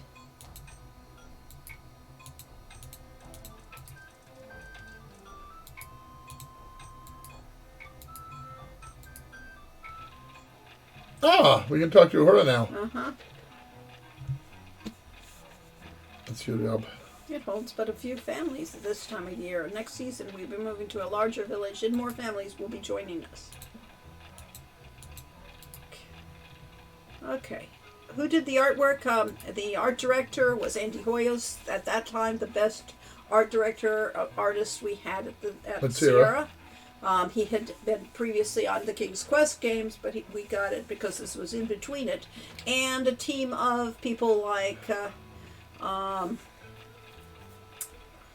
course, all names escape me, but Rich Powell is one of them. And you can see his work on Facebook. So her gives a word for backstory. She's a warrior. A wife cannot be a warrior. I'm not wanting some stuck-up man thinking I'd be his, so I leave it somebody. Yes. So I be traveling far when I go to Shapir. I meet fine, strong man. He likes me, I like him. He makes me fine, strong son. So I come home. Now I am still a warrior, but I have a son truly. So she's trying to work around the code of the village. Yeah. So to the question of yes, this was not supposed to exist. This was not in our original plans, but we stuck it in because it felt right, and because there was so much. The game, the whole game. The whole game. And why did we stick it in? Because we knew that we weren't doing that. There was going to be a big break between 2 and Shadows of so we went Darkness. directly from Quest for Glory 1 to Quest for Glory 2, and then Ken came up with the brilliant idea of doing educational games, and Lori did Mix Up Fairy Tales, I did Castle Dr. Brain, and so it was a 2-year gap, and we said that's too long, especially since we wanted to make Quest for Glory 4 be especially dark and challenging, Right. and so we said we need a bridge game. So this is the bridge game, but it isn't bridge. Now, before that, Sierra normally had never done games on a every year basis. They did every other year first, things like King's Quest and Space Quest. So we probably should have just taken that as the norm. Already asked about that. Simba? Yeah. Oh, okay, fine. Asked about that too. Okay, fine. Fine. Just talk, Corey. I'm just going through the dialogues. Well, so this game was was supposed to be a transition to get Newcomers to know what to do before we got into the very dark, intense. I guess we should just go to our room, or we could go back and see what's going on in the cage. Awesome. This is one of my favorites. Not much. Nothing's. It's a cage for holding. That's an event. So okay. And Simba's father is known to be one of the Sultan's guards, but that's all we know about him really. But his name was Mustafa, and that's close enough to Mufasa. Yeah, it is. It is very close. You still don't have anything to... And I don't have any way to put things in there. But you can go to bed. Yes, you do, but it's clicking. Oh, I can sit. you can without... Again. I think it happens for the best, because by the time Quest for Glory happens, you manage to do voice acting. Yes, it was great. It was ideal. The best of all possible worlds, because this one had the advantage that there were no other King's Quest games going, so we got all sorts of great artists for it. And this was state-of-the-art at the time. And then by the time we got to do 4, we had upped another level of What we could do. What the computers could support, and what... Yeah, so part of this is, we always went for least common denominator, all the Sierra games.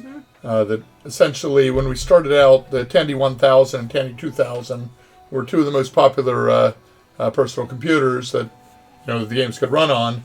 and they were slower than molasses. They were 8088 processor, so it was an 8-bit processor running at 4.77 megahertz, not gigahertz, and typically had like 512K of memory, maybe 640K on the best ones, and they really could barely run the games at all. They were not designed for high-end graphics. And as we went along, the graphics standard, and of course the VGA standard didn't exist at that point, or Super VGA did not exist, so we were on CGA graphics, which was 4 ugly colors. Well, we were never walking.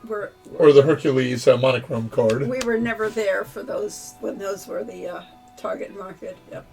Marius asks, how was the office environment for work at Sierra? Oh, it was amazing. It was amazing. First game was awesome, was fun to work, lots of tightly. I had that up there so we could talk without having anything happening. So we were in our small little group, we were isolated from the world, and we just did our thing.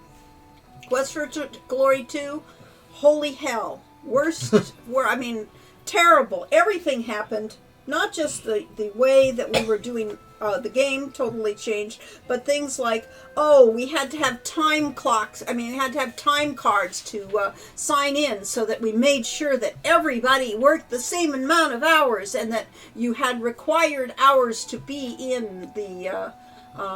first they went with the time clock to make sure everyone was working enough. Then they discovered that people were working enough, but they weren't working at the same times because programmers like to come in at 9 and the artists like to come in at 7. Yes. And so therefore... the artists basically wanted to work their 8 hours and get home while there's still enough light to paint and draw at home. No, they were... Or go to Yosemite. Go to Yosemite. They wanted to go hiking. We had the most athletic group of artists at that point in time because a lot of them, for instance, one of them was a ski instructor for Bill Davis. That was what our type of artists that we were getting. There's some pretty buff programmers too. Oliver was athletic. There were a lot of people that liked to do that. So therefore, they set Doug Oldfield, I think, was athletic. 4 hours. Yeah. They had an administration that was really authoritarian and just made everybody's follow the rules. And they picked people for administrators who were jerks. So we wrote that into Quest for Glory 2. That's why we have Rasir. The town of Shapir, we had Shapir and Rasir. Rasir is the bad town, and that's an anagram of Sierra. So and the signs you see in the streets, a lot of them were based on things that we were being told about. 1984. They were most some were not. Yeah, some were from fiction. Yeah. But 1 or 2 of them were actually from things we'd heard around the halls at Sierra. Yeah. So therefore, that was holy hell. It was the Trial by Fire. That was the name of the game because of what was going on. And then Quest for Glory 3 was mostly easy peasy. It was other than a few administrative quirky things, they mostly again. Let us do our thing. We had some problems with our producer, Tammy Dargan, who was very authoritarianism, but that's another thing. So yes, it was as smooth as it gets for the remake of 1 and for this game. Now, from player's standpoint, going to VGA graphics and getting 256 colors instead of 16 colors, and then getting voice acting. Were huge upgrades. Mm-hmm. So the player experience got better over the 90s, but the experience of making the games, problem is that, Sierra had a crisis in the early 80s because they were doing Atari cartridges, and the console market just collapsed overnight. And that was the famous thing about the E.T. the Extraterrestrial, where they buried tens of thousands or hundreds of thousands of copies of the game in a landfill. New Mexico, someplace like that. Somewhere. But it predates us again. Yeah, it predates us. But that was, as a result, Ken Williams kind of structured Sierra so that games would be done on very short schedules with small teams and, very modest efforts of the games. And they sold well because there weren't that many games available at all. Yeah, but as we kept getting larger and larger teams, and it meant that it took longer to make these games. So yeah, so by 4, we had an awesome team, but it wasn't the core team. I mean, Andy Hoyles was still working for Sierra. I can't. Yeah, Crazy Homer says Ken was busy in the upper level. I'd say Ken was actually directly responsible for a lot of this. Yeah. He was the one that said we need to be more like Hollywood. Want to be more movie-like, and that's why he brought in Bill Davis. Yes, he brought in all these, and then he brought in as a creative director, somebody who was the programming manager. Was a former Hewlett Packard senior manager. Yeah, and he was terrible. And yes, it was like nobody knew what they were doing. And sometimes we had people that let you do your thing, and other times we had those that would make sure that it was almost impossible to do your thing. So all variety. Bill Kuhn says those ET cartridges and a huge amount of other equipment were found and partially excavated in 2014 and documented in the documentary Atari Came Over. Yep, that was an interesting thing, of course, yes. And face it, Ken didn't know what he was doing as an executive. He hired people he hoped would be able to do things, and most people don't have a clue of how to do this. We don't have a clue of how to get a game out on time. So yeah, Ken started Sierra because he was indulging Roberta, who wanted to make games, and because he discovered that they were actually making more money from it than he was in his day job. Yep. So yeah. But he was basically, an administrator and part-time programmer that had no management experience whatsoever, no management education. Yeah. He just was thrown into running things. So when we come to Quest for Glory 4, simultaneous to Quest for Glory 4, they were making King's Quest something or other. And they had a whole team for that King's Quest game, too. They had enough people that we had 2 separate teams. We never saw the other teams. But they also had, Andy Hoyles was on the King's Quest team and a whole set of our artists. But we had a really good set for 4. I was really proud of our Quest for Glory. Yeah, Mark Hudgens was absolutely amazing. Tim, what was Tim's last name? Tim Laux. Tim Laux. Yeah, Tim Laux. Was our character design. And Tim is out there now making cartoons that he does, cartoons that are kind of based on like rednecks and stuff. No. That's Rich Powell. Oh, it's Richard Powell. I'm sorry. Yeah. Richard Powell was there too. Tim is doing photography now. And you see Frankie. him on Facebook. Yeah, and Frankie. So we had some really, really talented and fun people working the games. And yeah, so 4 was fun to do again. And 5 was... I don't know what the Dunbar number is, Crazy Homer. Maybe you can expand on that. Yeah. So Marius asked, was it open plan offices? So when I first started at Sierra, I interviewed and spent my first 6 months in a place called the Sierra Professional Building. There was this lovely redwood building at the south end of Oakhurst. And we were on the 2nd floor of it, and it was mostly open. It had been built for Sierra. Yeah, and eventually Sierra management decided that was too expensive. Well, that was after it was built during the debacle, just as the everything went down and Ken almost lost the company. Yeah, so he had to borrow massive amounts of money for that. They had to sell that building. They sold that building, and so then it. So they built a warehouse-style building that was all, that was after we were starting to make profit again. Yeah, and moved from there. But that was, they basically saved a lot of money by moving into that. Yes. And they claimed that they had a survey, a poll of all the people working there, and people said, "Oh yeah, we want to be in the building that will save the company money." Yeah, right. They probably polled Ken Williams and Rick Cavan and. Yes, certainly. Let's see. All right. How many buildings did Sierra have in the United States, and where were they all? Was the headquarters ever moved? Okay, so at the time, everything was in Oakhurst. Yes. And we had 3 or 4 buildings in Oakhurst, and they also then they consolidated to the main warehouse, which is right by the Fresno River, and then they started having rented places for yeah, the they made a motion couple capture. Yeah, they made a motion capture studio that's used for Phantasmagoria. Well, actually, they rented out something from the. First, they rented the building from that area that was all the little car repair places and that the Enterprise Center. They rented a place from Enterprise Center when that's where they filmed Quest for Glory 3. This was all done with live motion capture with a treadmill, all the animation from here, and so therefore then they built the studio for Phantasmagoria, but we weren't in the studio. Yeah. So in the mid to late 90s, Ken decided that they couldn't attract good marketing people to the middle of nowhere. So he decided to move the corporate offices up to Washington State, where it has which we also think it's totally coincidental that Washington State has no personal income tax. Yes, so the fact it didn't have an income tax, and that's why they moved it. And at that point, we had other companies like Dynamics, and we had... we acquired Dynamics, we acquired Bright Star. Yeah, so therefore, those places were companies that had their own locations and their own groups, so yeah.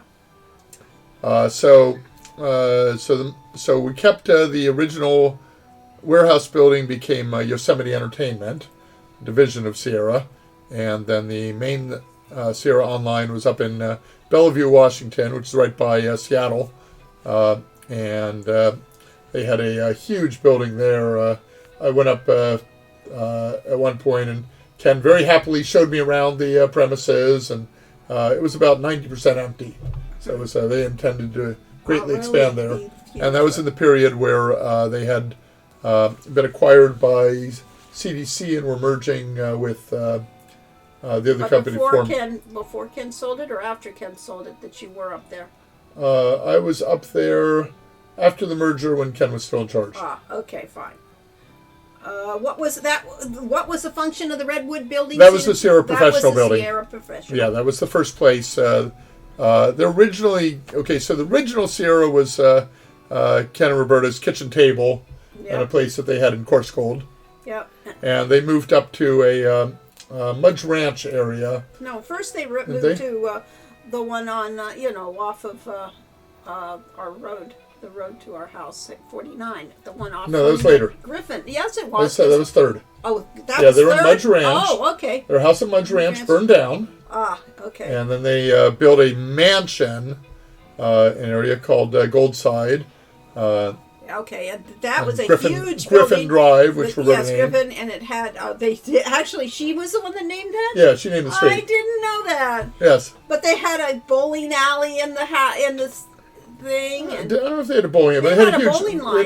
They had an arcade. They had a video arcade downstairs. They had a bowling thing. And a handball court and stuff like that. Yeah, it's like huge. Mansions. That recently sold a few years ago for, I think, $1 million, which is really high for that area, but super low for the rest of California, and it was probably should have been a $5 million home. Yeah, if it had been any other place than that. Yeah. Ponderosa Printing. I don't think Ponderosa Printing was ever in that building. It was. Ponderosa Printing was up Highway 41. Mm-hmm. It was another Redwood style building, but it was just off the main highway. Yeah. That was the one that they originally used for printing. They did all. Ponderosa Printing did all the manuals and all the. Catalogs and then we could yeah, that's right. Okay, so let's see, and there was a question up here at the top. Oh, sorry about that. I can't do it. Let's see. Who did the Brainiac asked, who did the enchantment on the Simbani cage? That's a very good question. The enchantment on the Simbani cage. So maybe it wasn't really enchanted. Oh, it was enchanted. We said it was, but it had to be because maybe just when she was trapped and didn't have her staff, she couldn't do things. No, she could. But the point was that so it's like an anti-magic. Simbani have magic items. They had a magic spear. They have magic. They use drum. magic items. Yes, drums and things like that. But they don't cast magical spells. There is a They find distinction, yes. Because they believe that you put a spirit into something and it has a spirit, and that is the magic. It is not that it is a magical spell, but the spirit is creating. So you kind of bring all that into question. If any old hero off the street can wave his hands around and do a flame but that's dart, just magic. Magic isn't worthy. It isn't a warrior's way. So therefore, you could have magic items. And yes, I have a feeling that it was not Krisha who would have put the spell on that cage. That cage had been there. If you know, you can walk around and see that cage in the background. So clearly the cage was there, and somebody had put that spell in there, but they did it in a way that didn't say they were a magic user. It was crafted. Sears catalog. Yeah, right. Yes. Which was the predecessor to Amazon. And Webhead said that he tried calling Sierra on the online help center for some tips the other day, but nobody picked up. Lazy workers. Yeah, I mean, really. I still haven't figured out what the Dunbar number is, so maybe that was the Sierra helpline number. Okay. Well, let's see. Our office is the open office plan. Yeah. So proponents assert the numbers larger than the Dunbar number generally require more restrictive rules, laws, and forced norms to maintain a stable, cohesive group. As Sierra got bigger. Okay. Sounds great. But how big is the Dunbar number? Is it a specific number or is it just a concept? A relative number. I mean, we were all in a small group, 150. 100 to 100 to 200, you're out of control at that point. Yeah. So Sierra was about 20 people when I started working there. I may have been employee number 30 or something, but not all of them were still, most of them were gone because they fired everybody. And I don't disagree.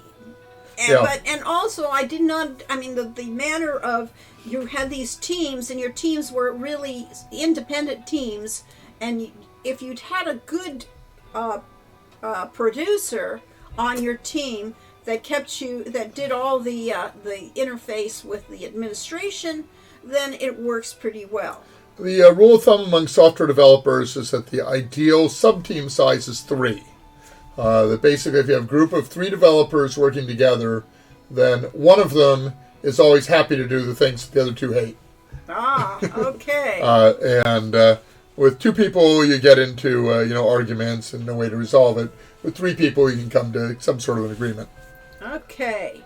Tashtari says, only the best of Lobans may have the Spear of Death, the game says. Maybe it's just a well-named spear that kills whatever it hits because it's ensured that it's only ever used by a skilled handler. That could be, but remember, that's true. Babe Ruth's baseball bat was magical. Well, because Babe Ruth used it. By the rules of magic that we have, that would be true, because practice makes perfect, and by the practice effect, Larry Niven wrote a story called the practice.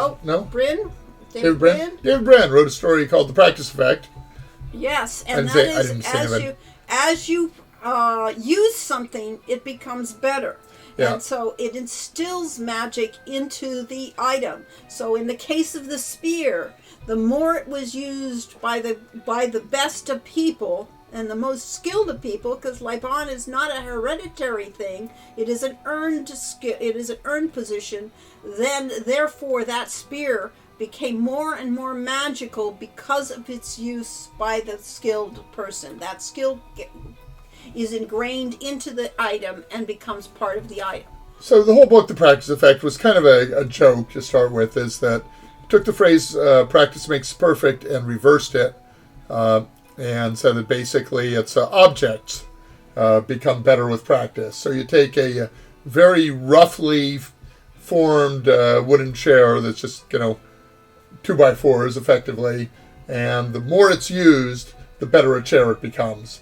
And since, of course, rich people don't want, cheap, junky stuff, then they give all the roughest things to peasants have to to, the peasants. use it until it becomes You good. have to use it until it becomes good from being used. So it was an interesting concept, and we did, to an extent, incorporate that into this game, and that is correct.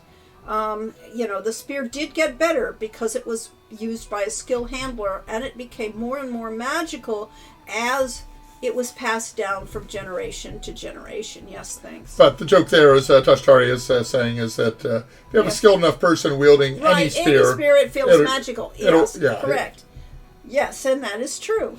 And but in a world where there really is magic, you can have things that become magical because they're used by skilled people. Yes.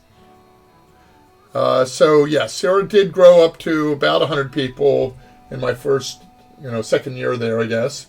And when it got up into the 100, 200 range, it became very unwieldy. So people often ask, did people just, the same people work on all the teams? And yes and no. You pretty much, if you were assigned to a team, you stayed with it until the project was done, or at least your part of the project was done. But then you would move on to another game. So you do see the same names in the manuals of multiple games, and that's not because they were doing all the games at once. It's because they finished a game and moved on. Yeah. And all our games were done in, as I said, less than a year. The musicians weren't part of a team, so the musicians had their own separate group, and they did the music as they were assigned to it. We seldom saw them. I did interact with them to get the right sounds, but then again, they were off on their own little world doing their own little thing. I don't need to save again, do I? Huh? I need to save again? You don't need to save. You're going to quit? Oh, I suppose so.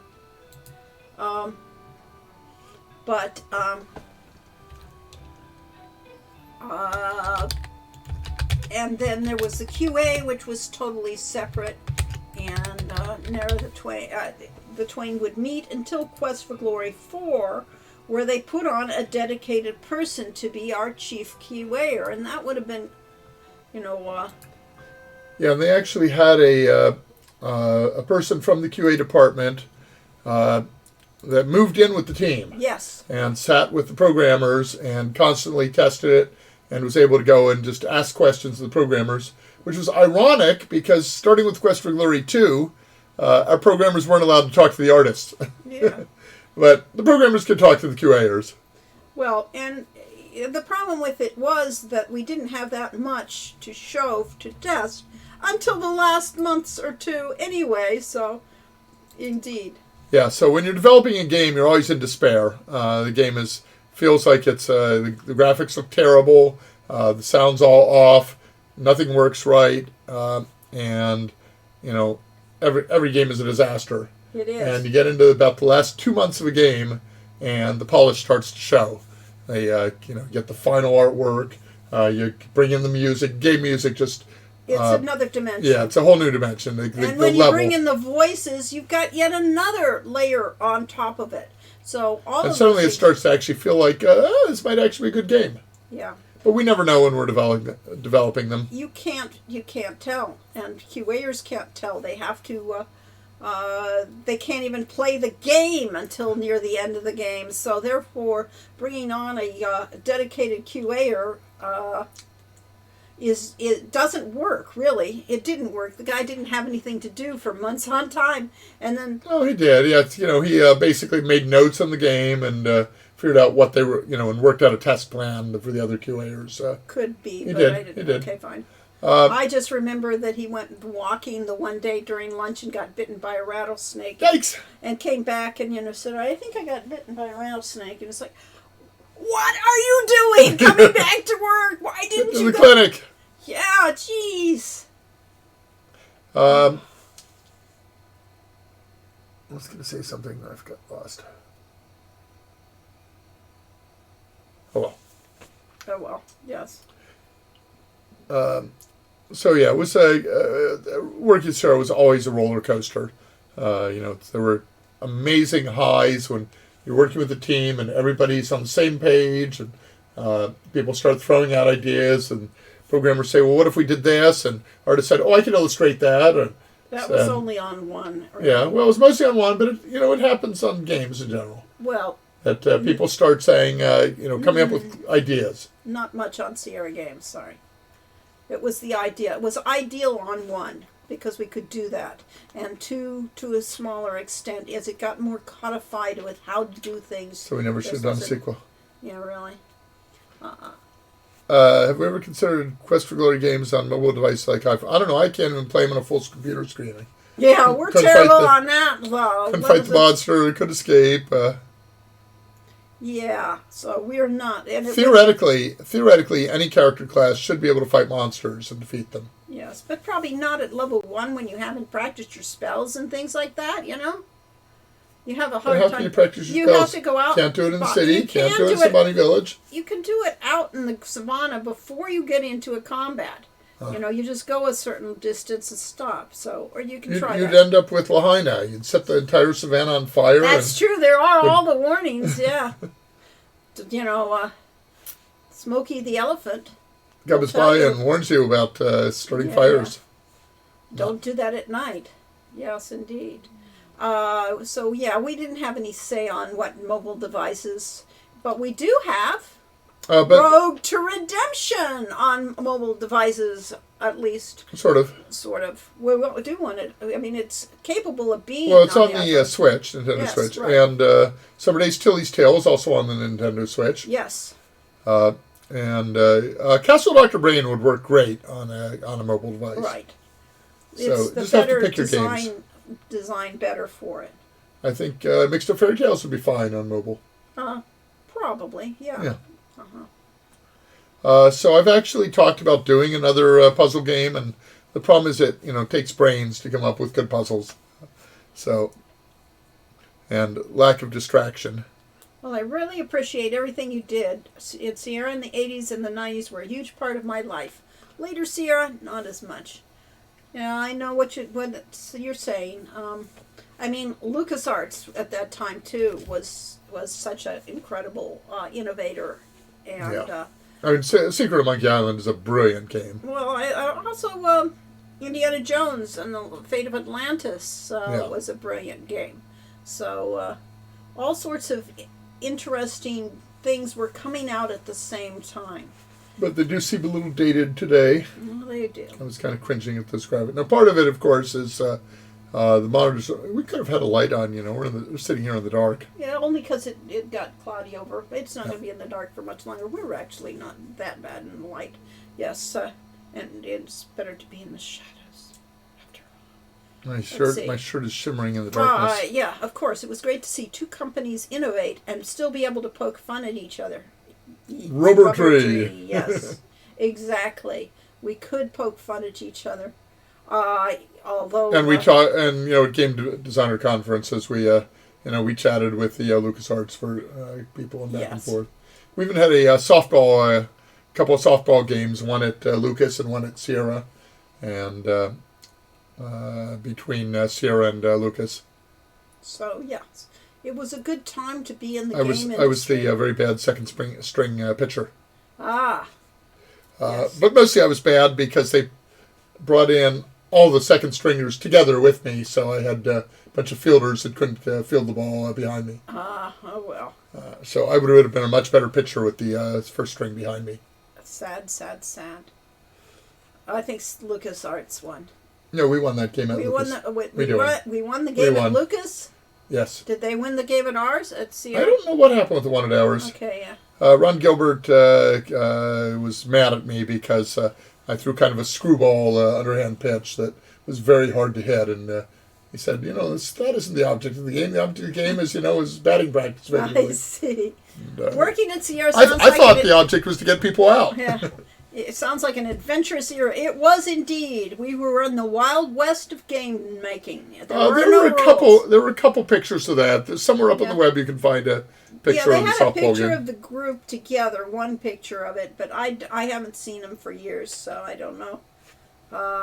Of course, at that point I wasn't taking pictures. Somewhere in my files I have a picture of me clowning around with Henri Davis during the Quest for Glory 4 voice recording, and I misplaced it when we moved down to my mom's house. So. Sounds like you have a lot of great fun memories with Sierra. We do. And we have a lot of ups and downs. Absolutely horrible memories of Sierra, so yes.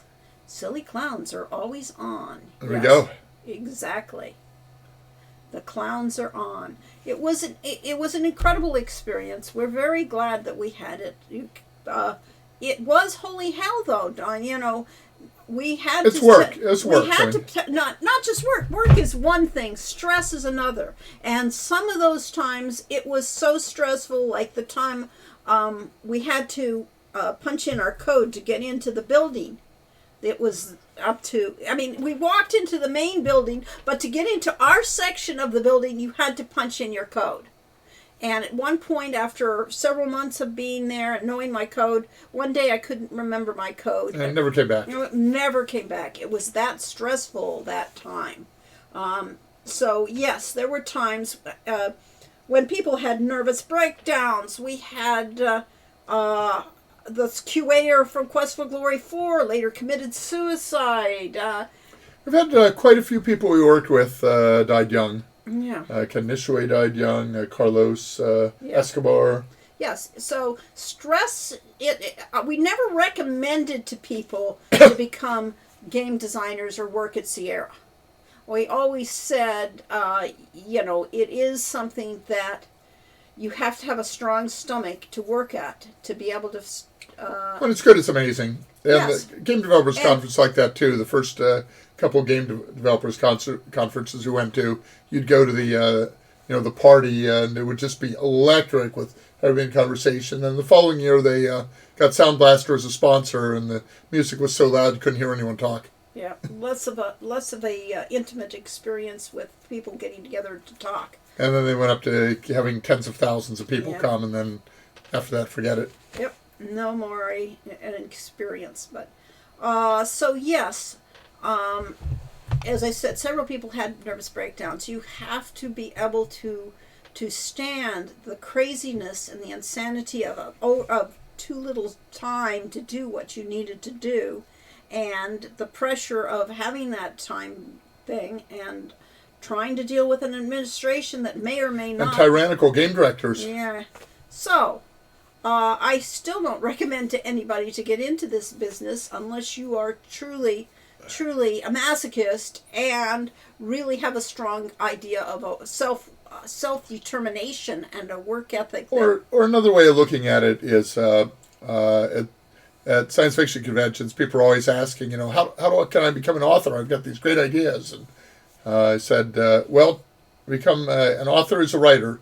To become a writer, write. Yes. And just write and write and write more.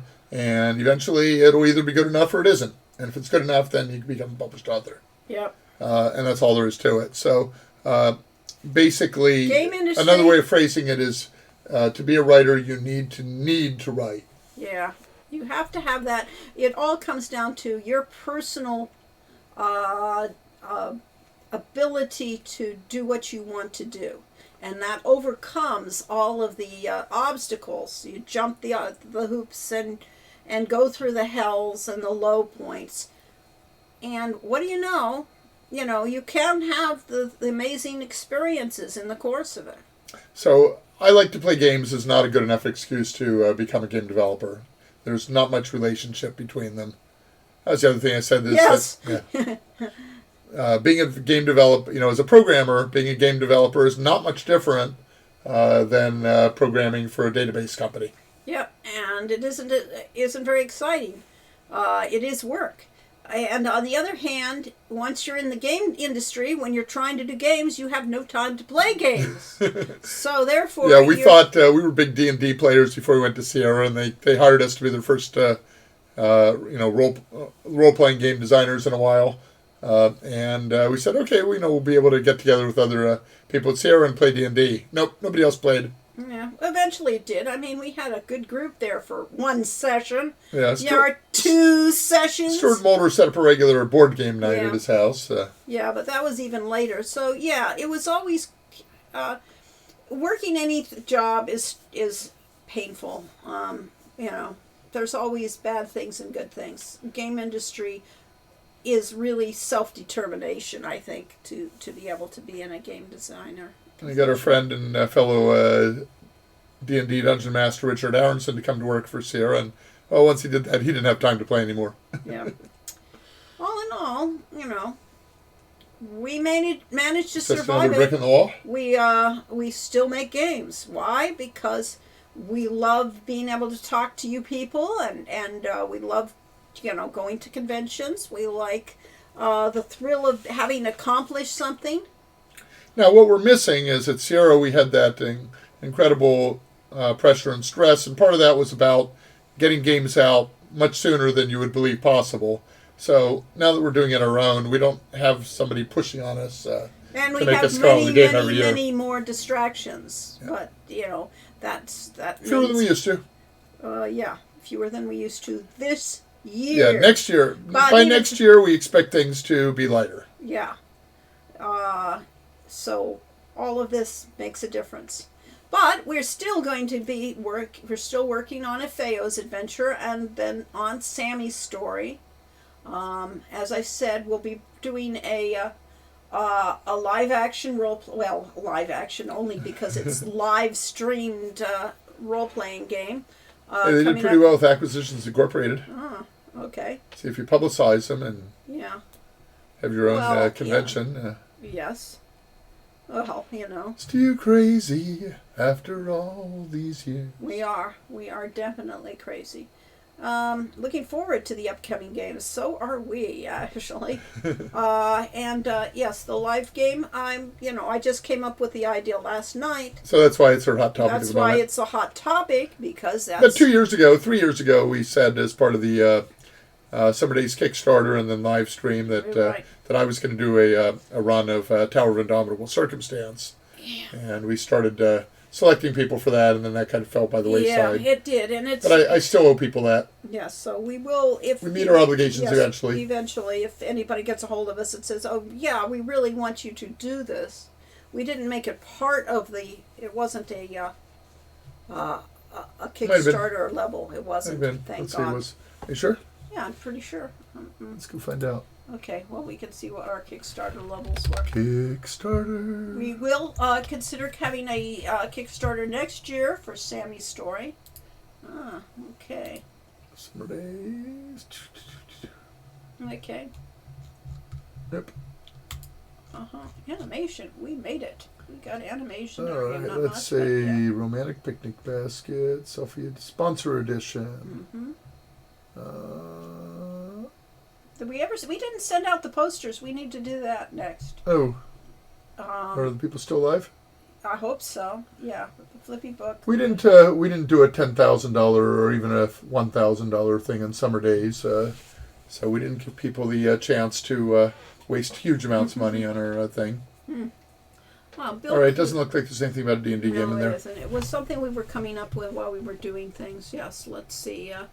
Bill Kuhn says, thank you very much for sharing the stories and the history of Sierra. I never imagined in the early 1990s email wasn't even invented yet. Yes. And magazines about how game companies communicated to their audience. Sierra Magazine was around, yes. And that I would get to converse with the game makers years later. Yeah. Well, I went to a gaming convention up in Montreal one time and got to play in a game with Gary Gygax as the Dungeon Master, and then played again with in a Gygax game in Lake Geneva, Wisconsin, which is where TSR Hobbies was originally created, and Gen Con was originally up in Lake Geneva. That's why it was Gen Con, Geneva, and they moved it down to Milwaukee because Lake Geneva is really small. I see. I did not know that. You played with? So I got Gygax's autograph and played with him, and I met Dave Arneson, who was the other co-author of D&D. Arneson actually was in talks with Sierra because they were going to have him design a role-playing game for them. And he had his own D&D-like system that he was pushing at the time, and let's see, Gygax had Lands of Adventure. I can't remember the Arneson one. I don't know. But that fell through, never went anywhere. Right, just like they talked a bit with ElfQuest. Wendy Peeney and Richard Peeney, yeah. Yes, and they did not actually get anywhere with that. They did get the Lord of the Rings license for a while, and that was the accursed license that we saw many developers go under while trying to make a Lord of the Rings game. We actually tried to get that license ourselves with another group, so yeah. Yep. We didn't successfully do that. And of course, Ray Feist got together with Dynamics, and and they actually made a game. They did Retrial at Krondor, and later returned to Krondor. Yeah. Webhead Spidey says, I always find it interesting. Certain decisions really affect the game and cause a huge influence. For example, Diablo 1, the developer really wanted it to be turn-based. I didn't know that. After best persuasion, he let them do a real-time gameplay, and it turned out much better. Yeah, I can imagine. That is Diablo. I mean, those real-time, fast action is what I think of when I think of course, Sierra at that point owned Blizzard North, so Blizzard North and Blizzard South were actually originally two separate companies. And Blizzard South is the one where World of Warcraft was developed, and Blizzard and all the Warcraft games. And Diablo came from Blizzard North, and that was part of Sierra. And somebody, I asked somebody, so what's Diablo like? And someone said, well, it's a poor man's quest for glory. So I thought that felt kind of good. That's the line we will always use, yes. And I talked to a number of people that worked on Diablo and World of Warcraft, and they all said they were Quest for Glory fans. So, in a way, our game lives on through World of Warcraft. And do we have any stories where certain decisions really affected the game for the better? Yeah, well, we've gone into that in the past, and it's past time to talk about that. But basically, the whole Quest for Glory 1 game was redesigned at the beginning from what we had thought we were going to do. And that shaped the whole game for the rest of the series. It would have been closer to a tabletop RPG. The idea was you could play as male or female, and you could play three different races. And it'd be more like a... would have been closer to Diablo, probably. No, not at all. More like? But it would have been more of a control is in the hand of the player, and those would affect the game. But because of the limitations and restrictions and all the things that and the budget and all of those considerations, that's what created Quest for Glory. Yeah, so when Ken Hyrelori designed Quest for Glory, what he had in mind was a game like Ultima. Yes. Because Ultima 2 was published by Sierra, and... they made money off of it. And they made money. So that's what he wanted. Mm-hmm. All right. And Webhead says, developers said he was really adamant on only being turn-based. Well, we had a long discussion on our game. Turn-based for Road to Redemption was definitely exactly what people wanted. And I don't know that it is turn-based, but it doesn't feel like originally we were going to do an action point system so that you could take turns, but would kind of interwave your moves with the monsters. Right. And it basically turned out that's really hard to implement. Yeah, so that you would choose what move you were going to make, and then it would look at the monster's move, and then align it all up so the animation made sense between the two decisions. And the idea that Sean is, as a rogue, is using a dagger, and it's a really fast weapon, so he could get in more attacks, but they would not be as powerful as the monster attacks. All sorts of things. But when you parry, yes. How do you animate that? Yeah. So we made compromises on how that one goes. But yeah, I can understand why he wanted turn-based. We did not... Turn-based was a decision because, after all, adventure game players don't necessarily want to be a Twitch game player. And we turned Quest for Glory into a Twitch game, effectively, which is why we can't play it anymore. Which is why we can't play it, because we're suck at it. Yes. They ended up doing a vote to try it real-time and reluctantly agreed, but was glad that they were doing it real-time instead of turn-based. Instead of turn-based, yes, exactly.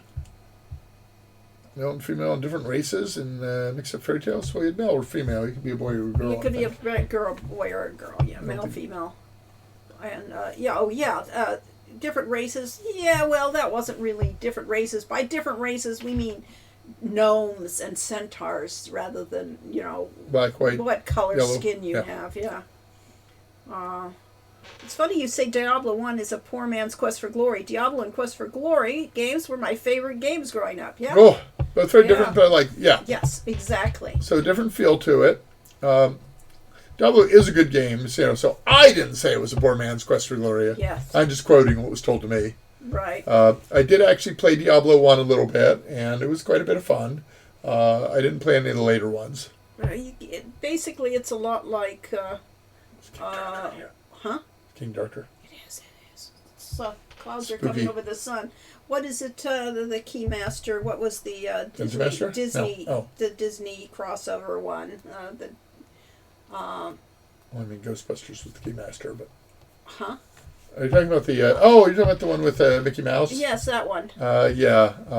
What was that called? Was that the same style game as Diablo? I actually No, never not at all. played Diablo. Diablo is similar to Rogue. It's a Kingdom Hearts, thank you. Yes, exactly. I thought Kingdom the Hearts, but no, it's nothing like it. Oh, okay. Yeah, Diablo is basically it's similar to Gauntlet, Okay. where you're basically got going through a dungeon that's like semi 2D. It's really Yeah, I've seen the pictures of the yeah. thing, but what and is you got the interface? hordes of monsters. Right. Which know. you had in Kingdom Hearts 2, if you ever played that thing. I didn't play it. Kingdom Hearts is more 3D. Okay. Diablo is more 2D. Well, it hasn't been 2D for at least four generations. But it's it's a dungeon. It was a okay. dungeon crawler. Okay. Dungeon crawler with massive numbers of monsters. Yeah. And, super Very powerful. little story. Yeah. Divinity 2 seems like a spiritual successor in some ways. Some comedy, turn-based fighting, and multiple ways to solve puzzles. Cool. Yeah, the Divinity. What was the full name of that? I don't remember. We actually had a company that was going to help publicize us, and they had us confused between our game and Divinity, and so we got letters addressed to them. I see. Okay. Well, at any rate, that was our talk for today. It's still hot today. That was a great in-depth story, and so does Quest for Glory, which is why I like those. Good. Yay! I mean, especially the more recent games from all I I like the fact that character styles.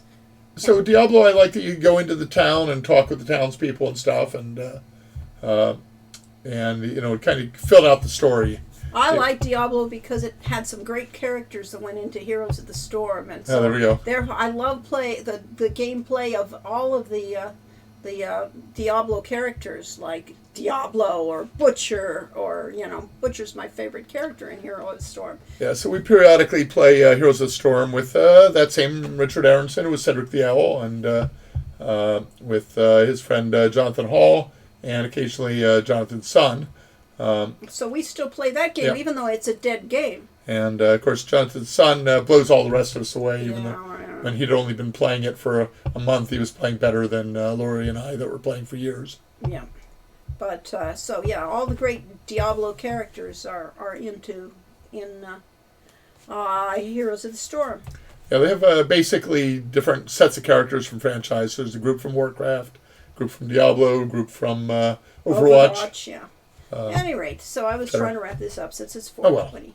But it isn't 4:30 yet. It isn't, but that's... Theoretically, my ending time is 4:30. My ending time is 4. Oh, okay. Why, Well, I had to go to the bathroom half an hour ago, so... Oh, I see. So maybe we should wind this up, Well, perhaps so. Okay, well, thanks thanks a lot, everyone for coming, and we'll have more stuff.